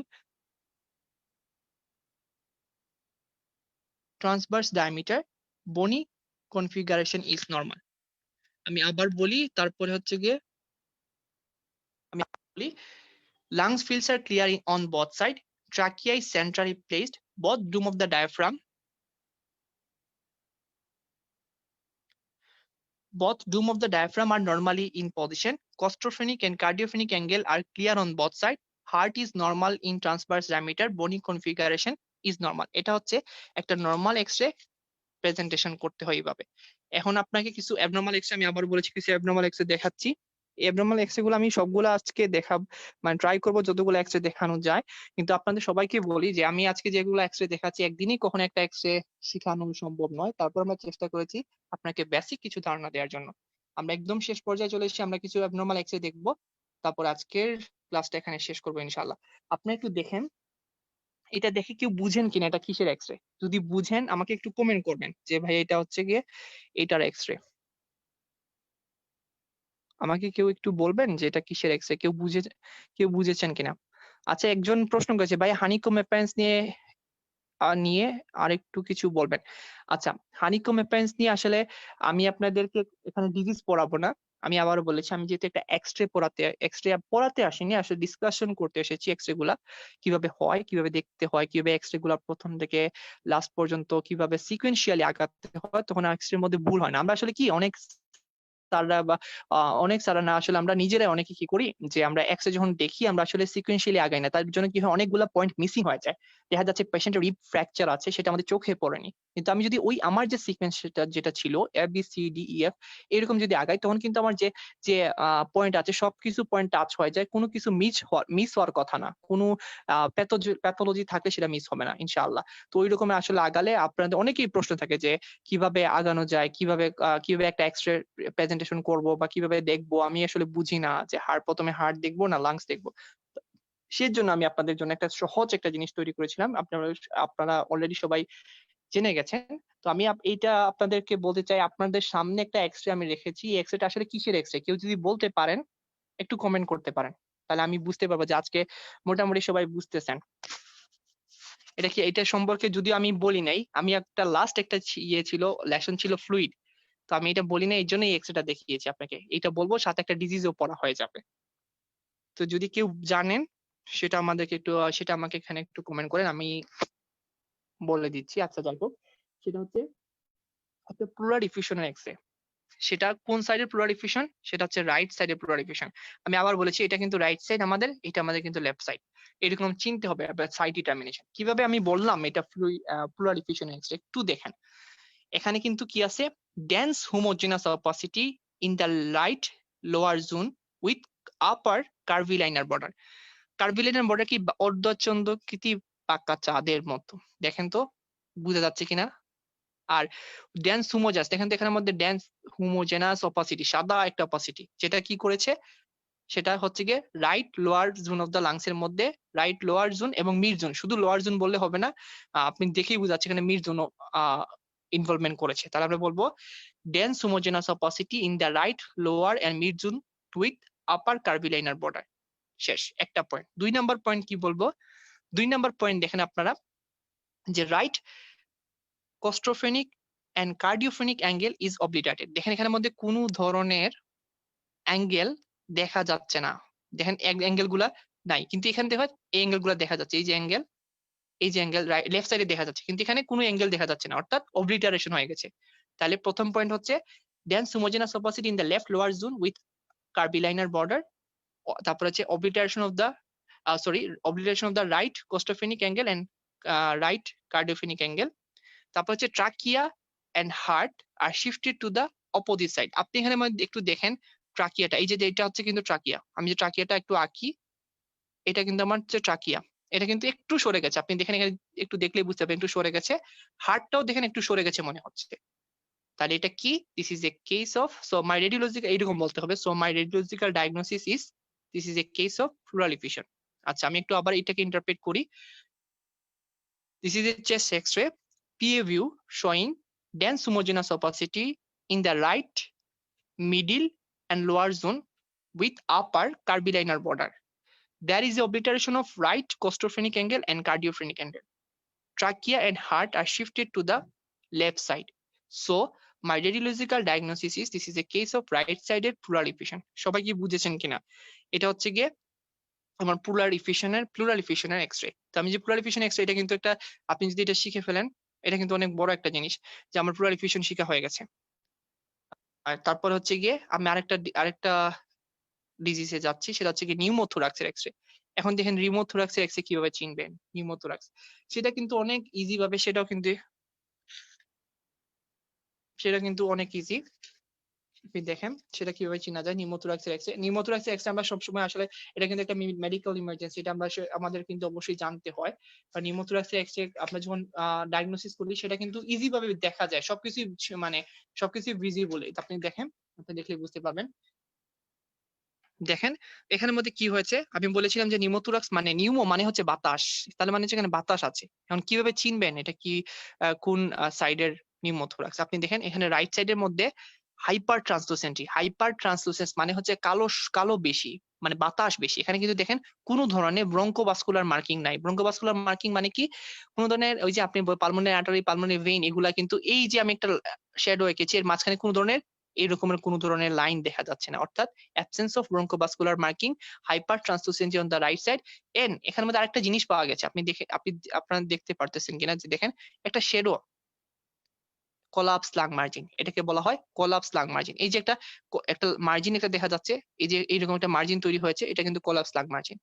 শেষ। আরেকটা কি হয়েছে দেখেন আপনি, ট্রাকিয়াটা কিন্তু এই সাইডে সরে গেছে, কি করেছে তাকে পুশ করেছে, হার্টটাও কিন্তু লেফট সাইডে সরে গেছে, তাহলে এটা কি রাইট সাইডে নিউমোথোরাক্স। কিভাবে আবার বলি কিভাবে চিনবেন, hyper translucency on the right lungs with absence of bronchovascular marking with collapsed lung margin, and trachea and heart are shifted to the opposite side.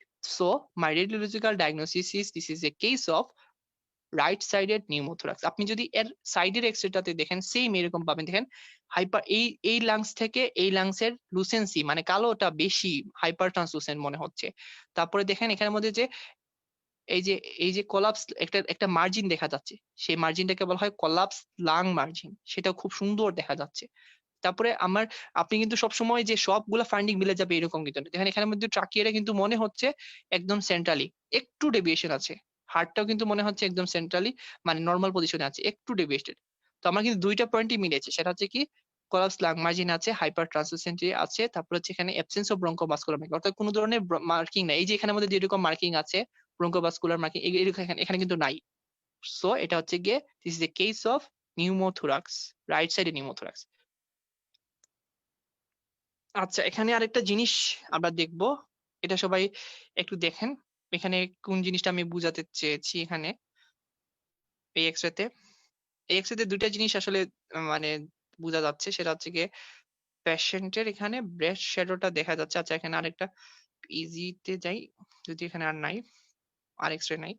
আচ্ছা, আমি আরেকটা এক্সরে দেখাই আপনাদেরকে, আরেকটা এক্সরে দেখাইয়ে আমি আজকের ক্লাসটা এখানে শেষ করে দিব। আপনারা একটু আমাকে কমেন্ট করবেন যে ভাইয়া আপনি আসলে আপনাদেরকে কতটুকু বুঝাতে পেরেছি আমি জানি না, বাট চেষ্টা করেছি আপনাদেরকে অনেক কিছু বোঝানোর জন্য।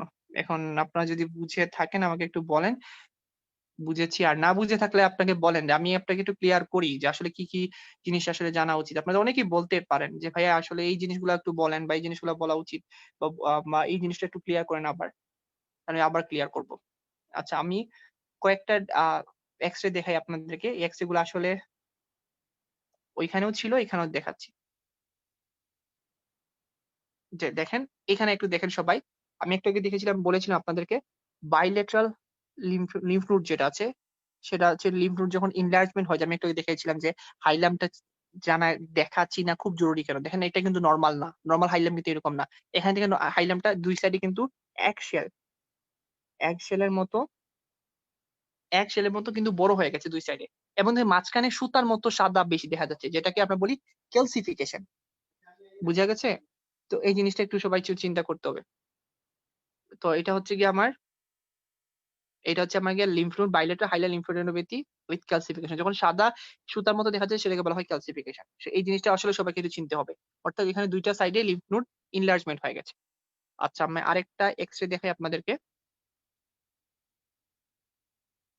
এটা আরেকটা এক্সরে দেখালে আপনারা আরেকটু ক্লিয়ার হবেন। যেমন এই এক্সরেটা একটু দেখেই আপনাদেরকে, এই এক্সরেটা আরেকটু ভালো একটা এক্সরে, সেটা কি বলতে পারেন কিনা কেউ? সেখানে কিন্তু এখানে আপনি কিন্তু প্লুরাল ডিফিউশন বলতে পারবেন না, কারণ কি এখানে কিন্তু প্লুরাল ডিফিউশন বলা যাবে না, কারণ এখানে কিন্তু বাঁকা চাঁদের মতো আপার কার্ভিলাইনার বর্ডার যেটা আছে সেটা কিন্তু নাই। সেখানে কি আছে, সেখানে হচ্ছে স্যার ট্রান্সভার্স একটা লাইন, সোজা একটা লাইন আছে, কিন্তু সেটাকে আমরা কিন্তু বলি এই যে এটা ট্রান্সভার্স লাইন, সেটা কিন্তু প্লুরাল ডিফিউশন, সেটাকে হচ্ছে হাইড্রোনিউমোথোরাক্স, অর্থাৎ এখানে বাতাসও আছে পানিও আছে, এই যে নিচে বাতাসও দেখা যাচ্ছে। তো এটা হচ্ছে কি হাইড্রোনিউমোথোরাক্সের এক্সরে। সেটা কোন সাইডে হাইড্রোনিউমোথোরাক্সের? সেটা হচ্ছে রাইট সাইডে হাইড্রোনিউমোথোরাক্স। আচ্ছা, এরপর আমি আরেকটা এক্সরে দেখাচ্ছি আপনাদেরকে।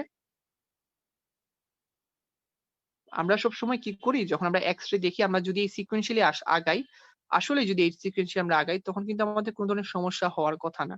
মানে আমরা কি করি, সিকোয়েন্সিয়ালি আগাই না, যার জন্য আমরা একটু আহ হচ্ছে গিয়ে র্যান্ডমলি আগানোর চেষ্টা করি। যখন র্যান্ডমলি আগাই তখনই দেখা যাচ্ছে আমরা প্রবলেমে পড়ে যাই, যে আমাদের কিছু কিছু ডায়াগনোসিস মিস হয়ে যায়। তো মিস হওয়ার কারণে হচ্ছে কি আমরা ফুল ভাবে একটা ডায়াগনোসিস করতে পারি না, বুঝতে পারি না। এখন দেখেন, এখানে একটা এক্সরে দেখিয়েছিলাম, লাস্ট একটা এক্সরে দেখাচ্ছি, সেটা হচ্ছে আমি পুশিং ফ্যাক্টর গুলো আপনাকে দেখিয়েছি অনেকগুলা, যেমন ফ্লুইডের এক্সরে দেখিয়েছি, বাতাসের এক্সরে দেখিয়েছি, নিউমোথোরাক্সের এক্সরে দেখিয়েছি। এখন আমি পুলিং ফ্যাক্টর, যেটা হচ্ছে গিয়ে যে লাংসের প্যাথোলজি, ওই লাংসের দিকে হচ্ছে গিয়ে স্ট্রাকচার গুলাকে নিয়ে এসেছে টান দিয়ে, সেগুলো এক্সরে একটা দেখাচ্ছি। সেটা হচ্ছে এই দেখেন, এখানে কোলাপস লাং কোলাপস লাং, সেটা হচ্ছে লেফট কোলাপস লাংস এর এক্স রেটা দেখাচ্ছি। সেটা কিভাবে চিনবেন দেখেন, পুরা লেফট লাংটা একদম সাদা হয়ে গেছে এক। দ্বিতীয়টা হচ্ছে এখানে বর্ডার, লেফট লাং এর যে বর্ডার, ডায়াফ্রামেটিক বর্ডার বলেন আর হচ্ছে গিয়ে ডায়াফ্রামেটিক বর্ডার প্লাস এই যে অ্যাঙ্গেল গুলো আছে কার্ডিওফ্রেনিক অ্যাঙ্গেল বা কোস্টোফ্রেনিক অ্যাঙ্গেল, সেটা কিন্তু ক্লিয়ার না, দেখেন সেটা কিন্তু নাই, অবলিটারেটেড হয়ে গেছে। দুইটা পয়েন্ট শেষ করলাম। 3 নাম্বার পয়েন্টটা কি, দেখেন এখানে ট্রাকিয়াটা কতটুকু সরে এসেছে। আপনি যদি ট্রাকিয়ার দিকে তাকান, আমি ট্রাকিয়াটা একটু আঁকাচ্ছি, এই দেখেন ট্রাকিয়াটা কিরকম সরে এসেছে, এবং হাড়টা কিন্তু দেখেন এখানে এখানে নাই, এখন একদম এদিকে চলে এসেছে হাড়টা। তাহলে বোঝা যাচ্ছে সেটাকে টান দিয়ে নিয়ে এসেছে, সেটাকে বলা হয় কি কোলাপস লাং। বুঝা গেছে, অর্থাৎ লেফট লাংস কোলাপ হয়ে গেছে এখানে, সেটাকে কি বলা হয় পুলিং ফ্যাক্টর। তো আমরা আলহামদুলিল্লাহ মোটামুটি অনেকগুলো এক্সরে দেখিয়েছি এবং অনেকগুলো এক্সরের বেসিক যে জিনিসগুলো আসলে জানা জরুরি সেগুলো জানার চেষ্টা করেছি, এবং আলহামদুলিল্লাহ আমরা অনেকগুলা এক্সরে সম্পর্কে ভালো ধারণা নিয়ে নিয়েছি। তো আপনাদের সবাইকে একটা জিনিস বলবো, আপনারা, আমি একটু এটাকে একটু একটু ঘোরাচ্ছি এই কারণে, কারণ স্লাইডটা মনে হয় একটু ছোট হয়ে আসছে, আপনারা একটু বড় করে দেখেন তাহলে আরো বেশি ইজি হবে। আপনার ট্রাকিয়াটা এখানে দেখতে পাচ্ছেন, অনেকে কমেন্ট করেছে যে ট্রাকিয়াটা নিয়ে, ট্রাকিয়াটা ইজি ভাবে বোঝা গেলে কিন্তু বোঝা যাবে যে এটা আসলে ট্রাকিয়ার যে টান দিয়ে নিয়ে গেছে। দেখুন ট্রাকিয়াটা কিন্তু নর্মালি সেন্ট্রালি থাকার কথা কিন্তু টান দিয়ে এইদিকে চলে গেছে, আর হার্টটা দেখুন এখানে থাকার কথা, এটা কিন্তু ভার্টেব্রা কলাম, এটা কিন্তু হার্ট না, এটা কিন্তু ভার্টেব্রা কলাম। ভার্টেব্রাল কলাম এটা কিন্তু নর্মালি কি হয়েছে, এটা নর্মালি হচ্ছে, এটা নর্মালি লেফট সাইডে চলে এসেছে, এটা কিন্তু নর্মালি লেফট সাইডে চলে এসেছে। তারপর কি হয়েছে, আমরা যখন নর্মালি লেফট সাইডে চলে এসেছে তখন হচ্ছে গিয়ে আমরা সেটাকে বলেছি কোলাপস লাং বা কোলাপসের ক্ষেত্রে যে এক্সরেটা হয় সেটা। তো আলহামদুলিল্লাহ আমরা একদম শেষ পর্যায়ে চলে এসেছি। আপনাদের সবাইকে আমি অনেক ধন্যবাদ জানাই, আপনারা এত সময় ধৈর্য ধরে পুরা এক্সরে ক্লাসটি আমরা চেষ্টা করেছি পুরো কভার আপ করার জন্য, একদম বেসিক যে যে ডিজিজ গুলো আছে যেগুলো জানতেই হবে সেটা সবাইকে জানানোর জন্য। আশা করছি আজকের ক্লাসটি আপনাদের অনেক ভালো হয়েছে, এবং আপনাদের এই ক্লাসটি করানোর মানে এই ক্লাসটি ডেমো হিসেবে নেওয়ার দেখানোর একটাই কারণ ছিল, সেটা হচ্ছে আপনাদের যে আমরা যে অ্যাক্সিস মেম্বারশিপ 2021 শুরু করেছি, এগুলোতে আমরা যেরকম ক্লাস নিই আসলে সেই ক্লাসগুলো সম্পর্কে আপনাদের ধারণা দেওয়া, এগুলো কি রকমের ক্লাস হয়। আপনারা অনেকেই আপনারা সবসময় বলেন যে কনফিউশন, আমি প্রতিবার এই কথাই বলি যে আসলে ক্লাসগুলো কিরকম হয় অনেকে জানে না, যার জন্য এই মেম্বারশিপ নিতে এই রকমের সাহস আসে না যে আমি নিবো কিনা।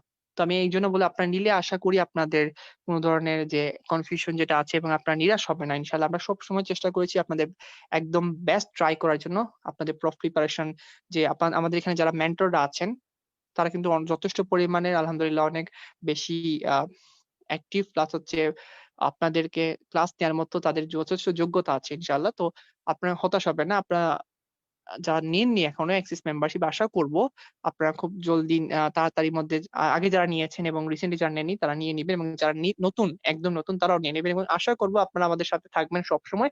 এইরকম আরো নতুন নতুন ক্লাস নিয়ে আপনাদের সামনে আবারও হাজির হবো আমি ইনশাআল্লাহ।